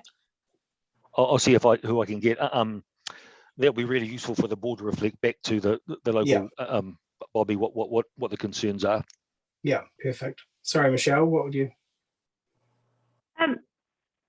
I just wanted to, and it might come out of the conversation with the police, whether there are any other social programs that we could support for the locals. Obviously, there's a group in our community who not having their needs met have issues that they need to talk about, and all we're trying to do is cover it up. So I just wondered, rather than try to put a sticky plaster over it, is there something active, proactive that we can do using some of our funds, using a tried and tested method elsewhere, where they can go and tag or do whatever, or maybe there's some other social activity that's missing that we can support to give them, something to use their time wisely. Or they might think tagging is wisely, but that more people can appreciate. I mean, coming to tagging is really creative. So it's like, how can we just sort of turn it around rather than just pushing them away? I don't know, Mike, whether you can pick anything up, or social people can comment on that in council. Certainly, we have links into those groups too, Tracy. So Michelle, sorry. So just a couple of points on that though. We have in a previous life, I have provided places for taggers to tag. There was a lane in Wellington City, and also a skate park that was kind of looked and felt like the kind of place where that might be okay.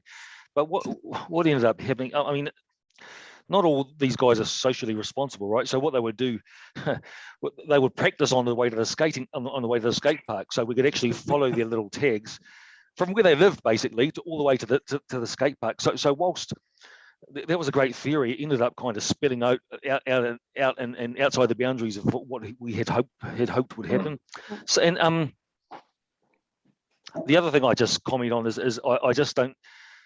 Happy to try all this stuff, but I don't think there's a silver bullet. I think these are little buggers, and when you take care of one set of little buggers, another one comes through the next year. And mostly these are kids from our communities.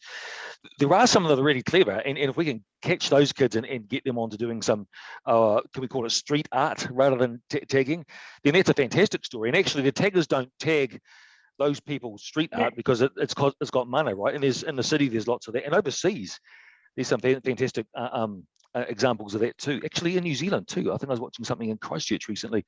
So they're certainly happy to try that kind of stuff, Michelle, and to kind of give anything a go. But just a cautionary word. I don't think there's any one thing, but doesn't mean you don't try lots of different things.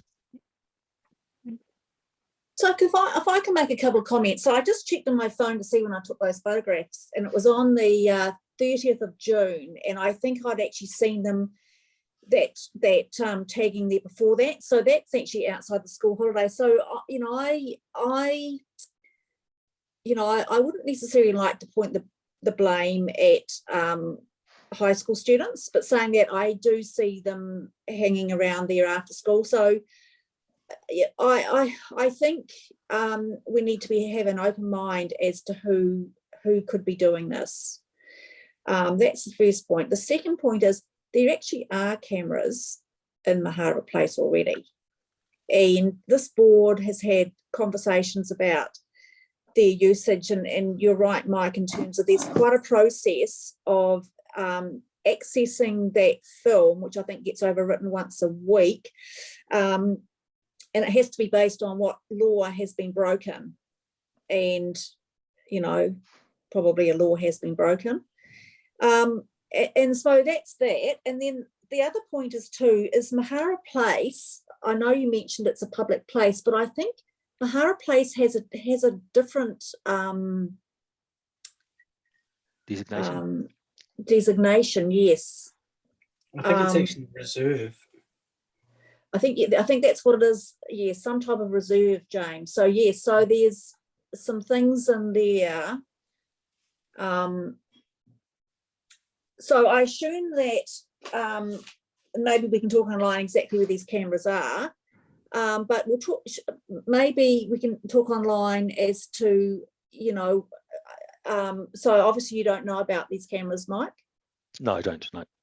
Okay, well, we can have a chat online about where they are, and I assume that they are still recording. I don't know, but I think it would have been probably in the last trinium, James, when this there's 4 cameras in Mahara Place that I'm aware of. There might be more now, but there's 2 near the library. There's 1 down near the bank. There's 1 up near, near Here Works, a little bit further along from there. And I can't remember where the other one is. There's 1 up near the old library from memory. Yeah. And they're connected to where? What's that? They're connected to where? They actually, all the footage actually used to be stored on the old Waikanae library, but I think my understanding now it's actually transferred to the new Waikanae library area. I thought it was upstairs in the area upstairs from the Waikanae library, which is where the Mahara Gallery staff currently are. So this is the thing, you know, maybe it's still recording, maybe it's not. I don't know. I'll find out. Yeah, thank you. So yes, and I have to say, I'm somewhat disappointed because I know that graffiti had been there for some time, and it's somewhat disappointing that no members of the community had sort of alerted anyone about it. And maybe people are just accepting of this stuff these days, I don't know, but really it's not how we want our town centre to look. Yep, it gives the impression that nobody cares, but that's part of our responsibility is to fill that void when no one else does. So just to give you some assurance, Councillor, we did give a rocket to the contractors at Mahara Gallery because part of their deal is they should get rid of that stuff straight away. So really? Alison did get stuck into them, yep. Because you're right, that was before the school holidays. Yes, yeah. So the other question, I'm sorry to drag this out, but there's also the other question about whether it's actually on council-owned buildings or whether it's on private buildings. And if it's on a private building, can, if a council contractor goes in there, can they actually remove it? Or what are the rules around private property versus public council property? Councillor, it's a building owner's responsibility to maintain their own property, but if something's offensive, and we use a little bit of discretion and judgment, if something's offensive and it's easy for us to take care of, we will do that. But as a rule, actually, it is the asset owner's responsibility to take care of it. I say asset owner because a lot of Waka Kotahi stuff, Kiwi Rail gets a lot of tagging, so it's their responsibility to take care of it, not KCDC's. But where it's appropriate, we do use a little bit of discretion.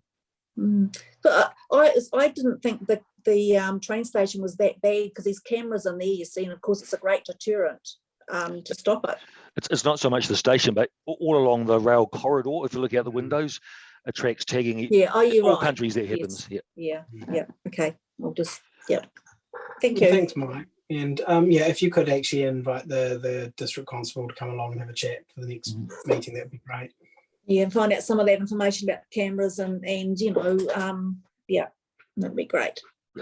Thank you. Okay, so I'm conscious of time now. So we've got the community board members' activities. So just if each member can just describe one activity they've participated in the last since our last meeting, that'd be great. So maybe if we start with Tonchi at the bottom of my screen. So I've got nothing to report this meeting. Okay, Jocelyn, you're next in the screen. Yeah, thank you. So I'm actually going to say 2 things. I'll take Tonchi's spot. So last Wednesday till Saturday morning, I attended the local government conference in Palmerston North. It was absolutely brilliant. it was great. It really was. And I would encourage community board members, when they have an opportunity to attend these meetings, to to grab it with both hands. So it was a combination of the presentations, meeting other people, and some of the visits we did as well. So that was that. And then last Saturday night, I presented a 25-year service medal to a member of our Waikanae volunteer fire brigade, which was a great honour. And it's quite interesting. It was really interesting to find, I suppose, that the depths of service that we have of fire volunteers in our community. There's several people who've volunteered for 50 years, and the work that they do and how their work has changed. So a lot of the work they do these days is actually about on medical incidents rather than and flooding, rather than potentially car accidents or vehicle accidents. Okay, Richard. Yeah, the next on the screen there. Probably the most enjoyable thing I did was the Mayor's invitation to take your place at the community award selection. And that was a really enjoyable, difficult, but enjoyable process, going through and assessing all these people who have all done magnificent things in their community. And you don't really hear about a lot of them until you read their applications. And having to choose winners was just awful, because they were all winners, in my opinion. But yeah, it was a really enjoyable and challenging process. And thank you for letting me go, James. No, yeah, I've been on it previously. It's a real challenge. Yeah. So I understand your predicament, because actually I don't know how you choose. So the last two that I saw, I don't even know how you choose the difference between it, to be honest. So no, I'm glad you enjoyed it. And Michelle.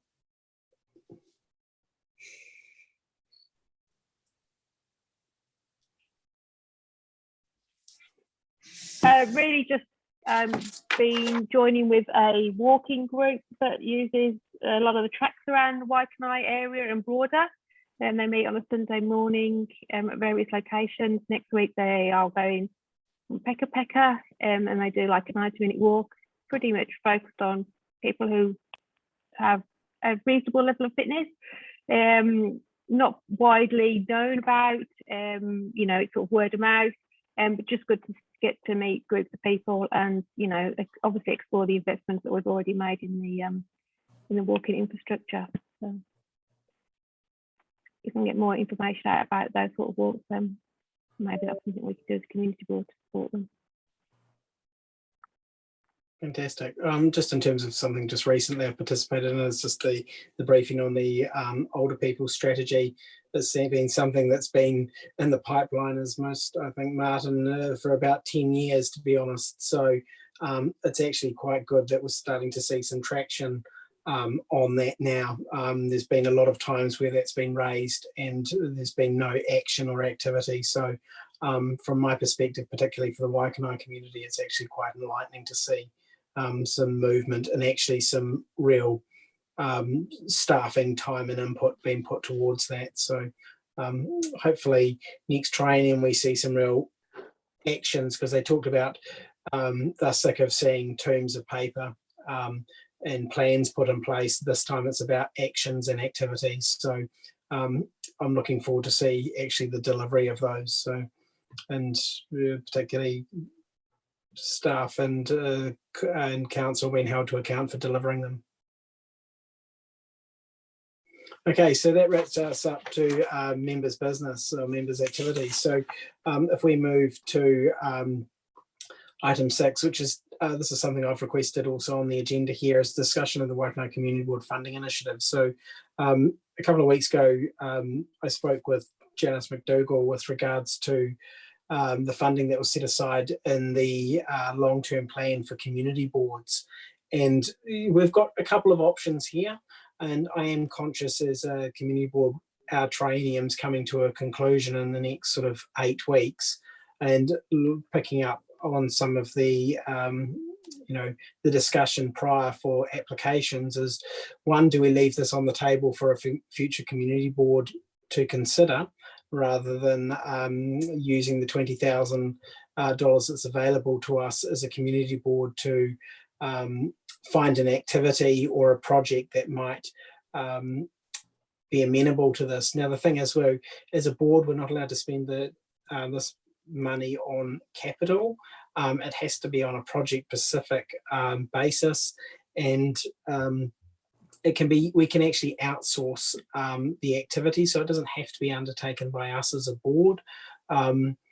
I've spoken with Mike, just asking, given that we had as our strategic priority, and about Waikanae Park, could we use some of that funding to furnish or try and put in place some of the consultation arrangements to enable that park project to be well in stead for next triennium, to ensure that it actually takes off and is mobilised in the time frame that it should, because that'll put some money behind it and also enable that to happen. But that's something that I shared with you as a board. It's not necessarily saying that that's what you want, but it'd be great to have that discussion tonight about where you see that funding. Would you like to defer it on the table for the next triennium, or would you like to have a discussion about what some activities we could put it for?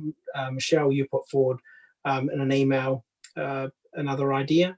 I don't know if other board members have any other opinions or views about what they'd like to use that money for.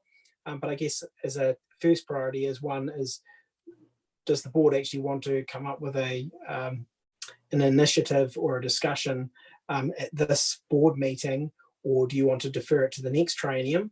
Or if we do want to make that decision tonight, about, well, what would that activity or initiative be that the board might support? Or do we require some further information to enable that to happen? So I open to question from board members. Are we able to defer it? Is that we can. So it's not one that disappears after this triennium. So it will be but it will have to be spent within this financial year. Before June next year. Yeah. I think we've actually got $40,000. So we've got $20,000 carried over from last year. Another $20,000 this year. Yeah. But after the end of this financial year, which ends at the end of June, we cannot carry any of that money over. That's my understanding. That's correct, Councillor. Yep.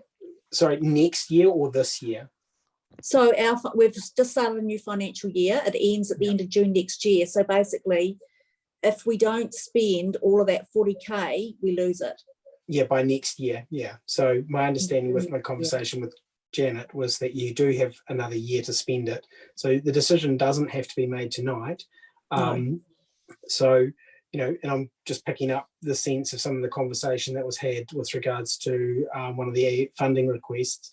One, do you want it to be for another board to make that decision, or is it something that this board would like to see, or has any view or initiative that we need to further explore to approve the funding? So I have another question. Can the board make a decision about how the money is spent amongst the board members, or do we have to go out? Do we have to go out on to seek applications based on the criteria that we might put in place? Now, say for example, Otaki Community Board, they've actually sought expressions of interest with regards to community groups to enable them to distribute the funds. So they're going along that mode of supporting funds or the distribution of those funds. There are different approaches. So one is the board can make a decision about where they'd like to see that funding go, or they can seek expression. Like the thing is, as a board, we often seek expressions of interest for our capital improvement fund. So we will, a lot of boards don't have the discretion of funds that we do as a board to distribute to their local community. So we're quite lucky as a board that we've got our capital improvement fund that we can seek expressions of interest from members of the community or groups to source funding from, where other boards don't. So we're not necessarily bound by the approach that other boards might take to say, look, you know, we'd like to ask the community what they want to spend it on or get certain groups to. We have the ability to say, look, as a board, you know, we've got our own strategic plan, we've got our own objectives. Do we want to continue to invest along those lines? Or what other ideas do board members have?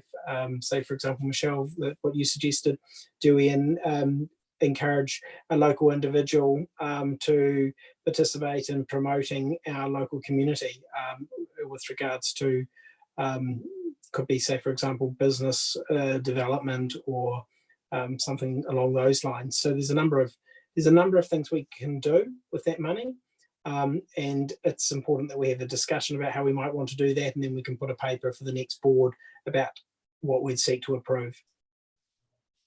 So I'm really sort of seeking your views on what, as a board, how you'd like to progress this. One, that we can let it lie on the table for the next triennium, or two, that we make a decision about how or what we would like to that initiative to come forward. Then we can put a draft paper for our next board meeting to support and endorse. I'm happy to keep spending it. Let's go crazy. And in terms of our 3 points that we wanted to ram home, it was the Waikanae Park, the Waikanae Beach Community Hall, and one other, I think it was the library, wasn't it? Yeah. The library's sort of out of our hands and moving on as much as it can, but we've talked about maybe going out in consultation on the beach hall, or the halls in general.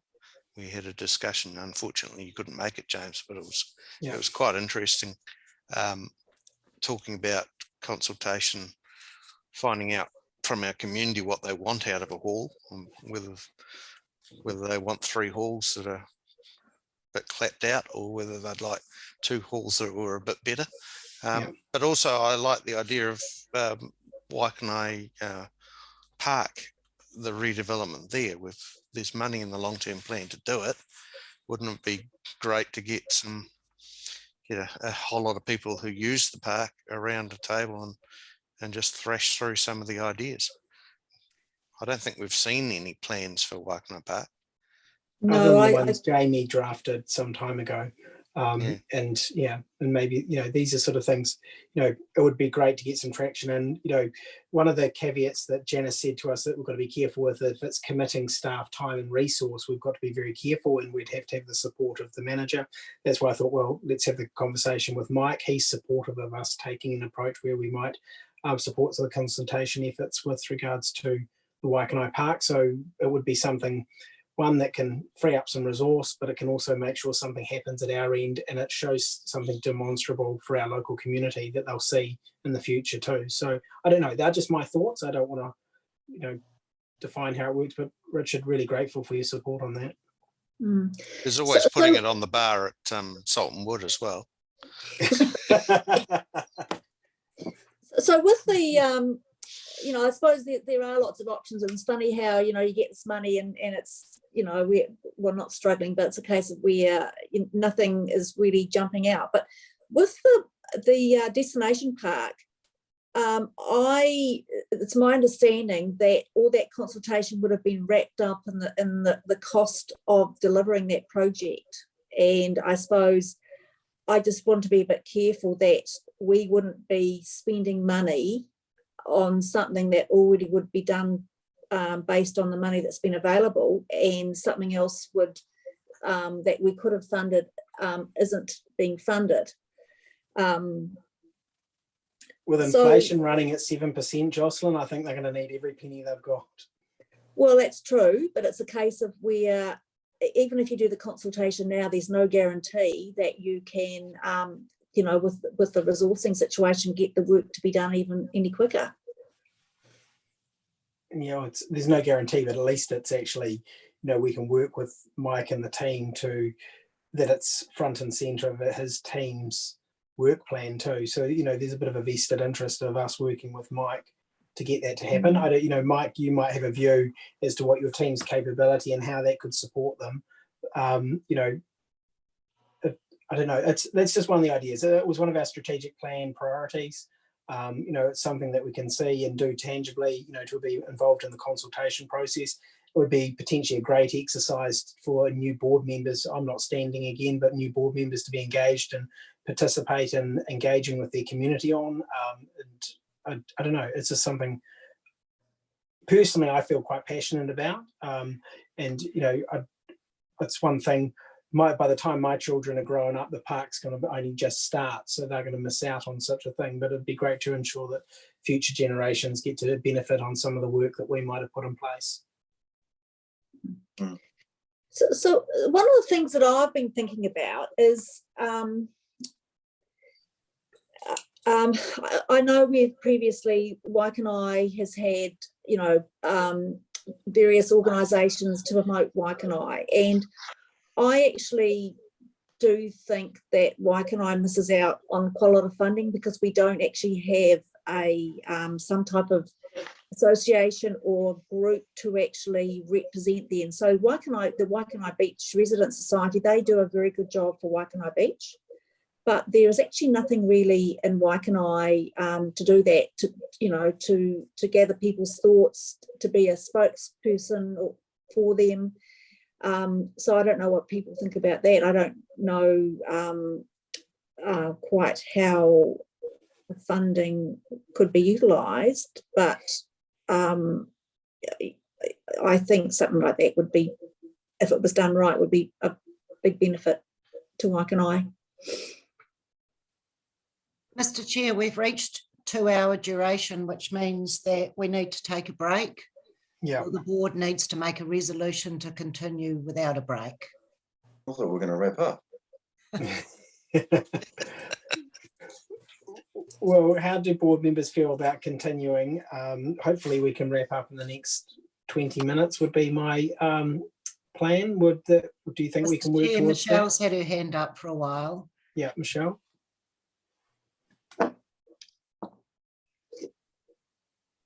Sorry, I was not going to answer your question there, James. It was on the matter we were discussing about the funds. Yeah. I'm happy to continue if everyone else is going to continue, and as long as it's not the never-ending story, 20 minutes. Yeah. Okay. So got very little put else a motion that the board will continue for the next 20 minutes without a break. Yep. Aye. Mover. All those in favour? Aye. Aye. Aye. Sorry, who seconded that? Richard. Thank you, Richard. So yes, if we just can continue to the discussion. So Michelle. Yeah, so I was just thinking around what else we funded, and there's obviously been a discussion around the Mahara Gallery and the event, and how we could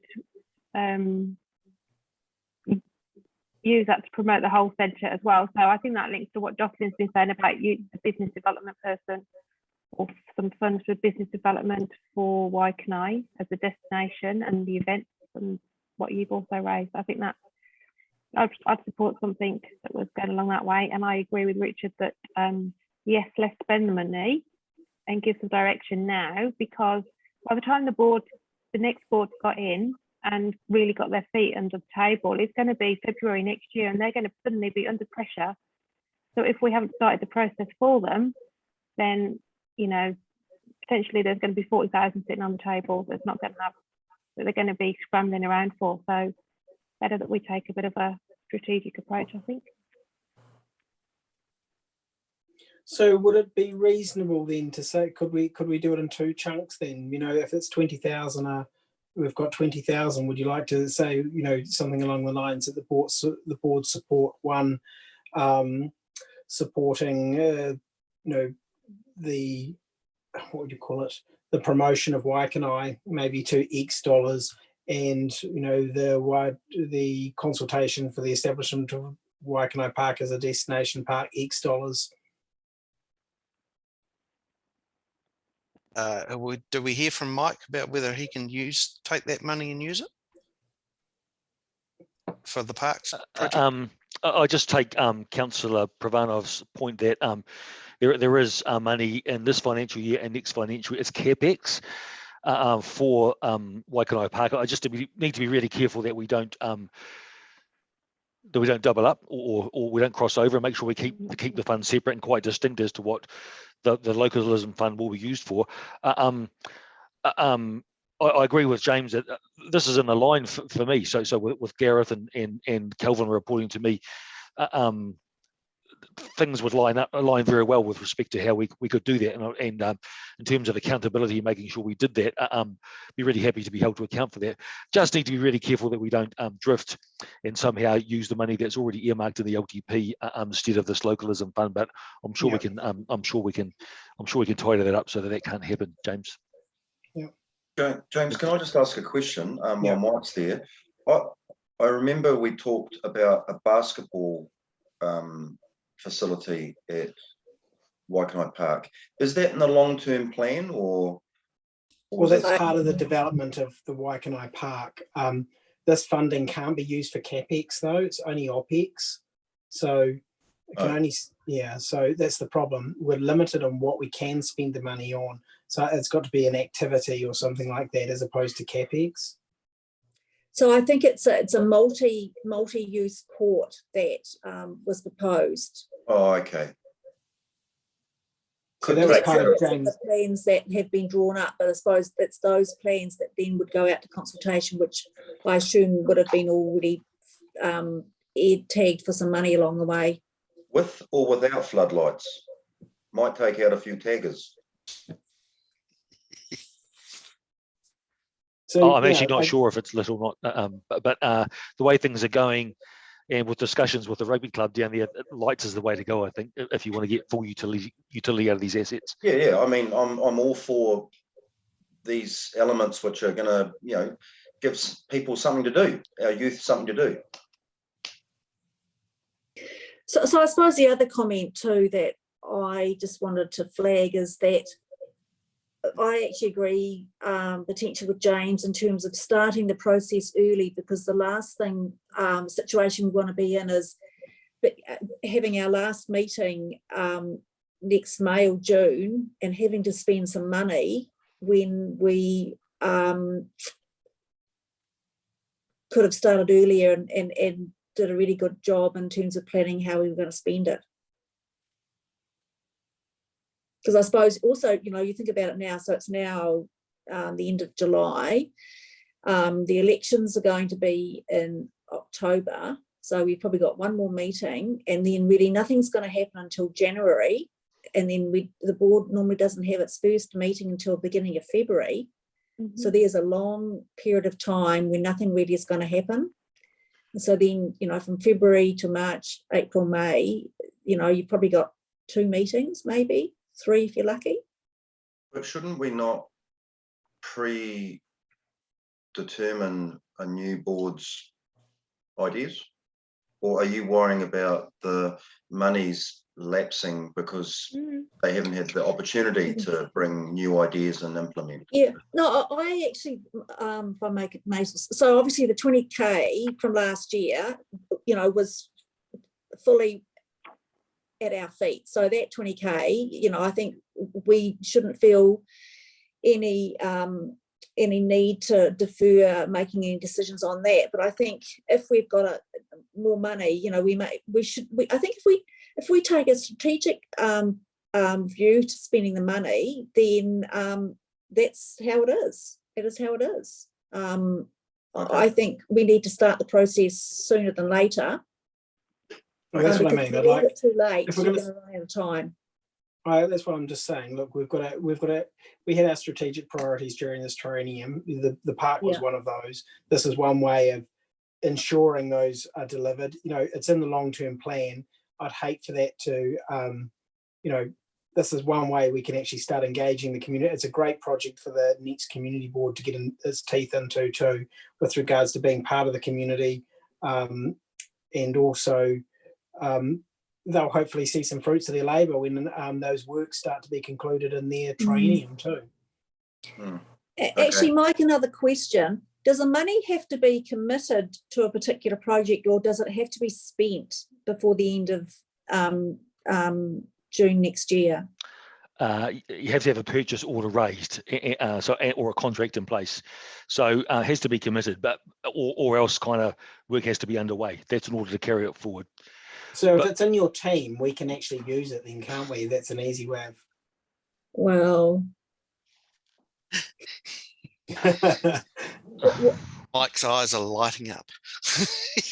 Well, I mean, the whole point, this is localism fund for the board. So you want to be able to demonstrate how you've made the community better off from your expenditure of your money. So I think it's important that we do keep it kind of accounted for separately so that we can demonstrate that.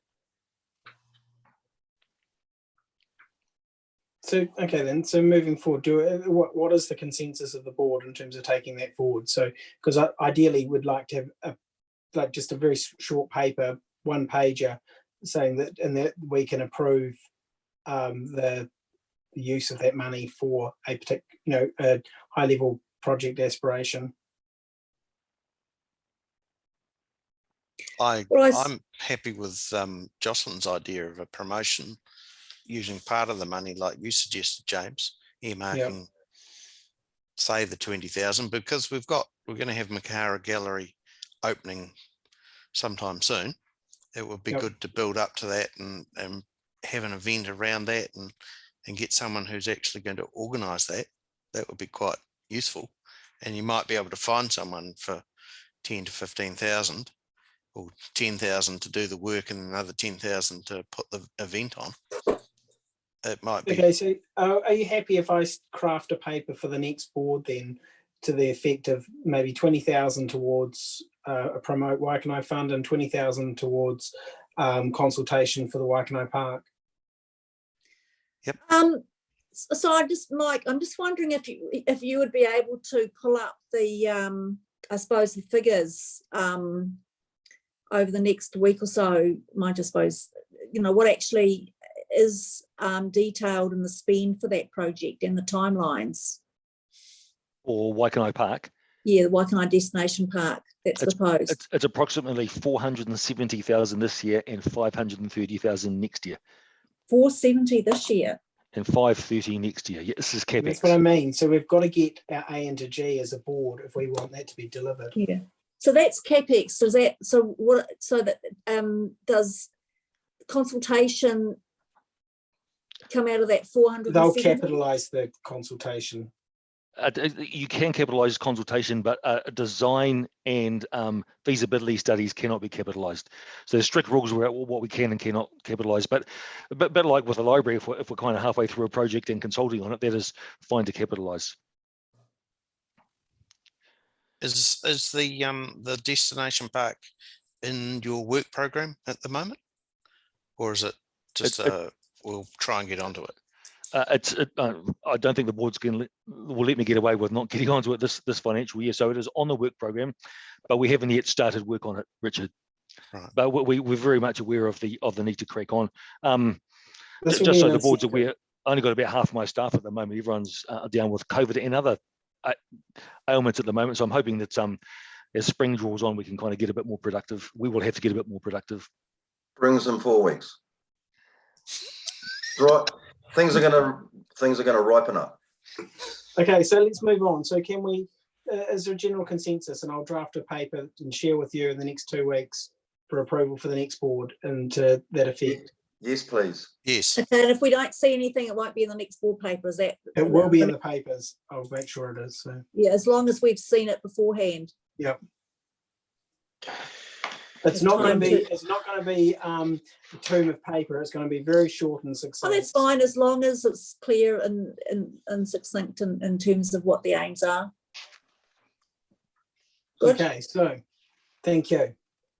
If we can move forward to agenda item 7, confirmation of the minutes of the 21st of June. I'll take it as read. Do we have a mover for model recommendation that they're a true and accurate record? I will move that. Joel, second for Tonchi. All those in favour? Aye. Aye. Motion carried. Matters under urgent, matters under action. I'll take those as read. I'm wondering. Excuse me, Mr. Chair. Yep. Sorry to interrupt here. At your last meeting, you said that you wanted to ratify the submission that the board had made to the draft district plan. Yep. And And I change assumed that you were going to do that under members' business, but you didn't. So I just wanted to make sure that hadn't slipped off your radar. That had slipped off my radar, Tracy. Thank you. Has it been circulated? It was circulated before It was the last circulated the night of the last board meeting. Or maybe I didn't get it because I'm the councillor. I don't know. No, you were included in it, Jocelyn. Okay. Okay. Yeah. Okay. So, if that's the case, do you want to defer that, or do you want to approve it, or what would you like to do?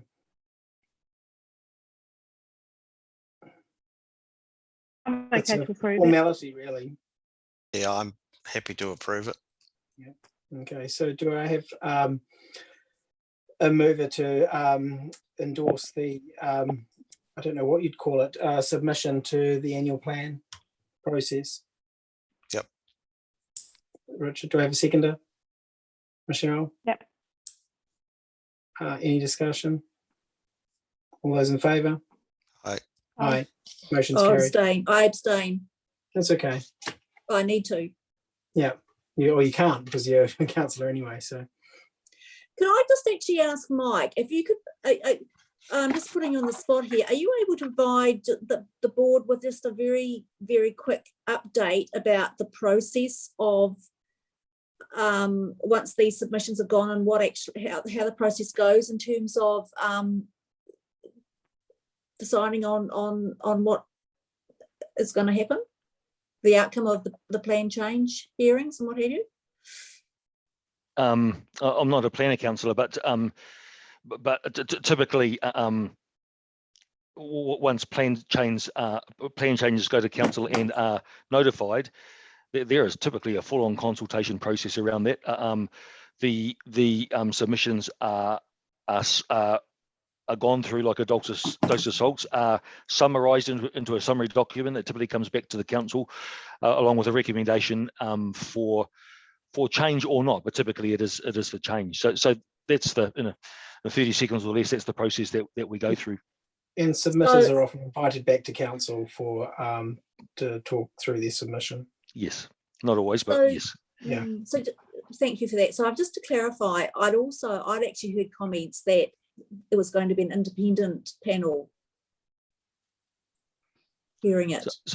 So sometimes commissioners will hear and hearings are run. Depends on the nature and extent of the proposal. In this case, I'm not quite sure, councillor, but it's easy enough for me to check and get back to you. Okay, thank you. We're under some time restraint, aren't we? Doesn't it have We to are be done indeed. by So August? should we move forward to matters under action with regards to the library project was delayed. There was supposed to be a meeting on that this week. So I guess the key thing is been great to have a quick update on where that is at, and also we'll be hearing about the town centres project at the next board meeting. They've been requested to attend because they couldn't attend today's one. Mike, are you able to elaborate on any of that? On the library? Yeah. Yeah, unless Tonchi wants to go first. But I've done that for you guys last week, didn't I? Yep. The four locations and yeah, there's actually 7, Richard, but 4 they really preferred. Yeah. Yep. And then there's and I did keep pointing back to the existing building so we could expedite things because I knew that was in the back of your mind. Yep. But there seems to they seem to be using that only as a fallback position should things get tough elsewhere. Yeah. And so I can add a little bit there. So last weekend, the board of local iwi considered the 4 and made some comments on those that have been fed back into the project team. But now at the point we need to take these options and look at the constructability and cost of those. So that's the point that the project team is at the moment, and we're bringing it back to Tonchi and Mike, can we ask in the which group. option they favoured or provided? It's not actually out there yet, I don't think. We're probably getting into. Yeah, no, we're still working through it. Okay. There's some stuff to work through, Tonchi. So. Yeah, understand. Yeah. So if I can ask the question, though, was there any particular reason why the briefing was deferred to a future date from today? Is that the same briefing though, or was that? The briefing, I think, the councillors were due to have a briefing today, and it got pulled last week. Right, and you asked me that question, and I couldn't answer that, so I didn't bother. I wasn't sure. I don't know. I'm not sure, sorry, councillor, but again, I can find out if you want me to. Yes, please, because I suppose the longer, this gets extended, the longer it takes before we actually get books in a library. Has there been any consultation with the landowners that you're going to have to buy the buildings off? See if they're interested. If we're getting into grounds we probably shouldn't be discussing. Yeah. It seems crazy to me that you're making plans for a building you don't actually bloody well own. So when I talk about cost and constructability, that's one of the factors. Yeah. When everything's for sale, it's just what price. Right. There goes the 13.8 million. I suppose that's what gets weighed up between buying a new building and building a library versus having a building there and having more money to spend on a library to build. Well, to be fair, being part of the process, it's been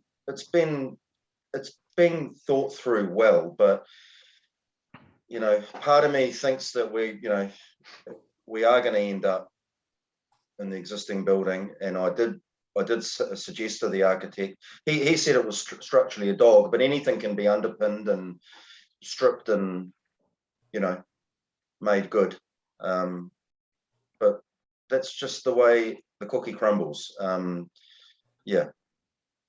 Peeling layers and layers, and in retrospect, we might actually end up being in the old building, but let's see. Sucked up a lot of time though. Well, it sounds like you've just done exactly the same amount project that I did with Margaret, what they call it, the PAG, 3 years ago. We did that whole exercise. We ranked them all, went through it all, every location in Waikanae where we thought it would go, put the priorities in. I think. Yeah, I mean, when you cut things back to the bone, and this is what really has grated me for some time.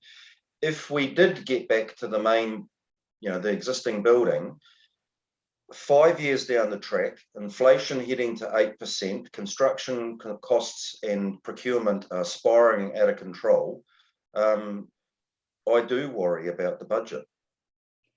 I agree, Tonchi, completely. Yep, and as I say, constructability and cost are the two major factors now. That starts determining your options then. Okay. Mahara Gallery, I think everybody can see the process working through there. State Highway 1, we've had an update from Wakakoho Tahi, which has been helpful. The renaming process, I'm not aware of that. I missed that part of the briefing today, so I can't give you an update on that. Jocelyn, were you part of that briefing? Yes, it wasn't about renaming. It was just talking about the works between Pika Pika and Otaki. Yeah. Oh, yes, there was no mention of that today. Okay.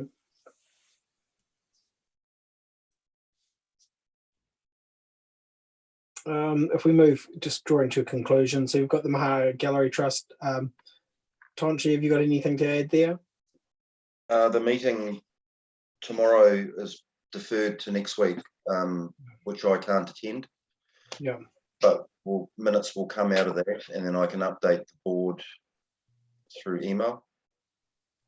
But by all stretch projects on time and to budget, broad brush. So, and busy thinking about logistics of post handover and that period through to opening in April. Okay.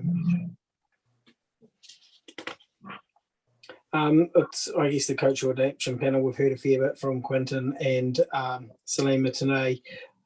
If Mike, could you just push them, please, to make sure I do get the invitations, though, because I missed the one on the Saturday there. I think I was actually on, I think it was on Thursday. It was either the Thursday or the Friday before last week. Yeah.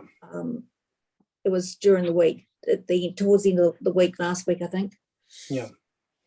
I am just, whilst we're on that issue, I'm a little bit concerned that we're not, whilst we not all agree with some of the aspects of what Crew's coming up with, I think they do deserve to get their views heard, you know, in a respectful way. And I think all of them need to behave respectfully. I have heard, you know, discussions that some of those conversations historically haven't been very respectful. And so just, you know, I want to make sure that everyone's had the opportunity to put forward their thoughts. They might not get the result they're wanting, but at least that they've had the ability to participate in the consultation there. Mike, what's happening with you? Are you sticking around in your role, or can we ask that? That sounds like maybe I can. I prefer not to answer that question right here and now, if you don't mind, Tonchi. Okay. Well, but no, honestly, it's a new chief executive coming in. I'm here for a while. Good. Yeah. Good. Great. Yeah, that's good. That's all we wanted to hear. Do we need to agitate to keep you, though? You might Well, need to, so if I can then ask, in an acting role or is it a permanent role? Because I think you're still acting, aren't you? I'm a contractor, councillor. So yes. So yes, I am acting as a group manager. Okay, great. Perfect.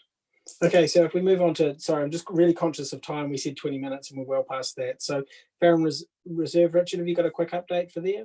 Yeah, we had a meeting last Friday.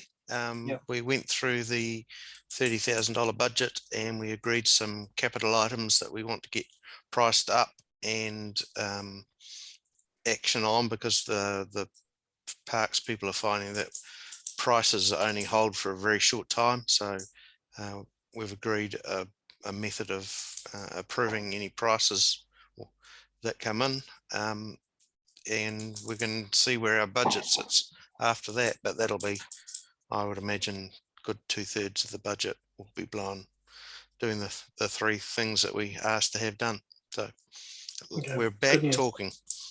Fantastic.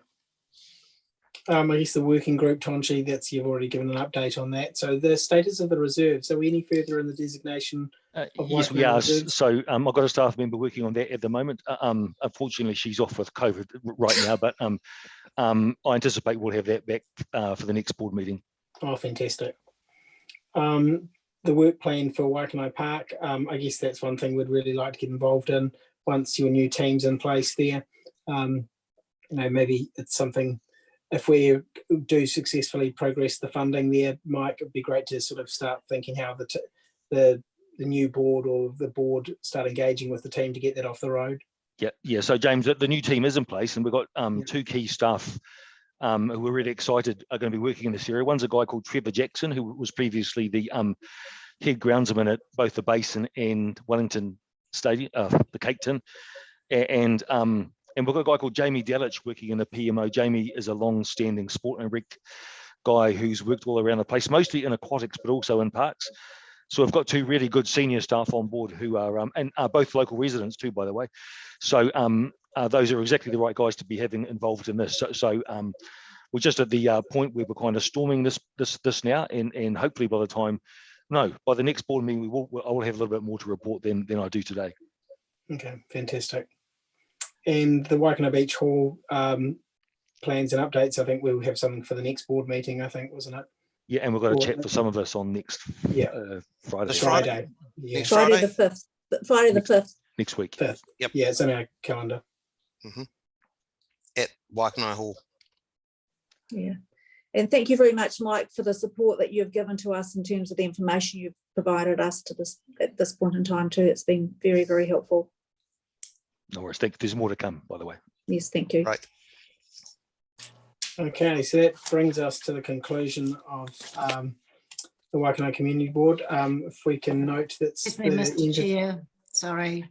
Can we have somebody, can we just receive those? Yep. Can I have Matters a under action. mover that the board accept the matters under action? Do I have a mover?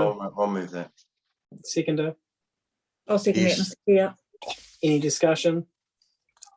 All those in favour? Aye. Aye. Aye. Motion's carried. We really need to. We really need to acknowledge our the staff, that particularly Tracy, who we ambush.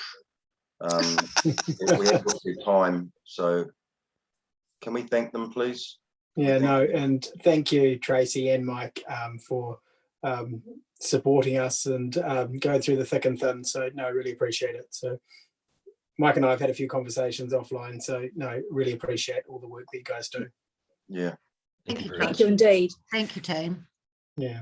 Right. So James, can I just clarify whether or not Salima's No, the document- meeting's over. What's that? I've just delivered pizza to your door, councillor. You need to go and pay I for don't it. I don't eat pizza. Oh. You won't get up the driveway. So I just want to clarify whether Salima's documents they have been tabled at the meeting and will be included in the. No, I didn't say they were tabled for this meeting. They weren't circulated in a view to table at the meeting. I said I'd happily table them for the next meeting, the documents that we've received as a board, but not to be included in this meeting's minutes. Okay. Okay. I said that, I did say that in the conversation. Yeah, no, I just clarifying. I wasn't sure. Okay. Okay. Yeah. Thank you, everyone. Okay. Hey, thank you. Good night. Yeah. Thanks, James. Thank you, James. Thanks a lot. Cheers. Thanks. Bye. Bye.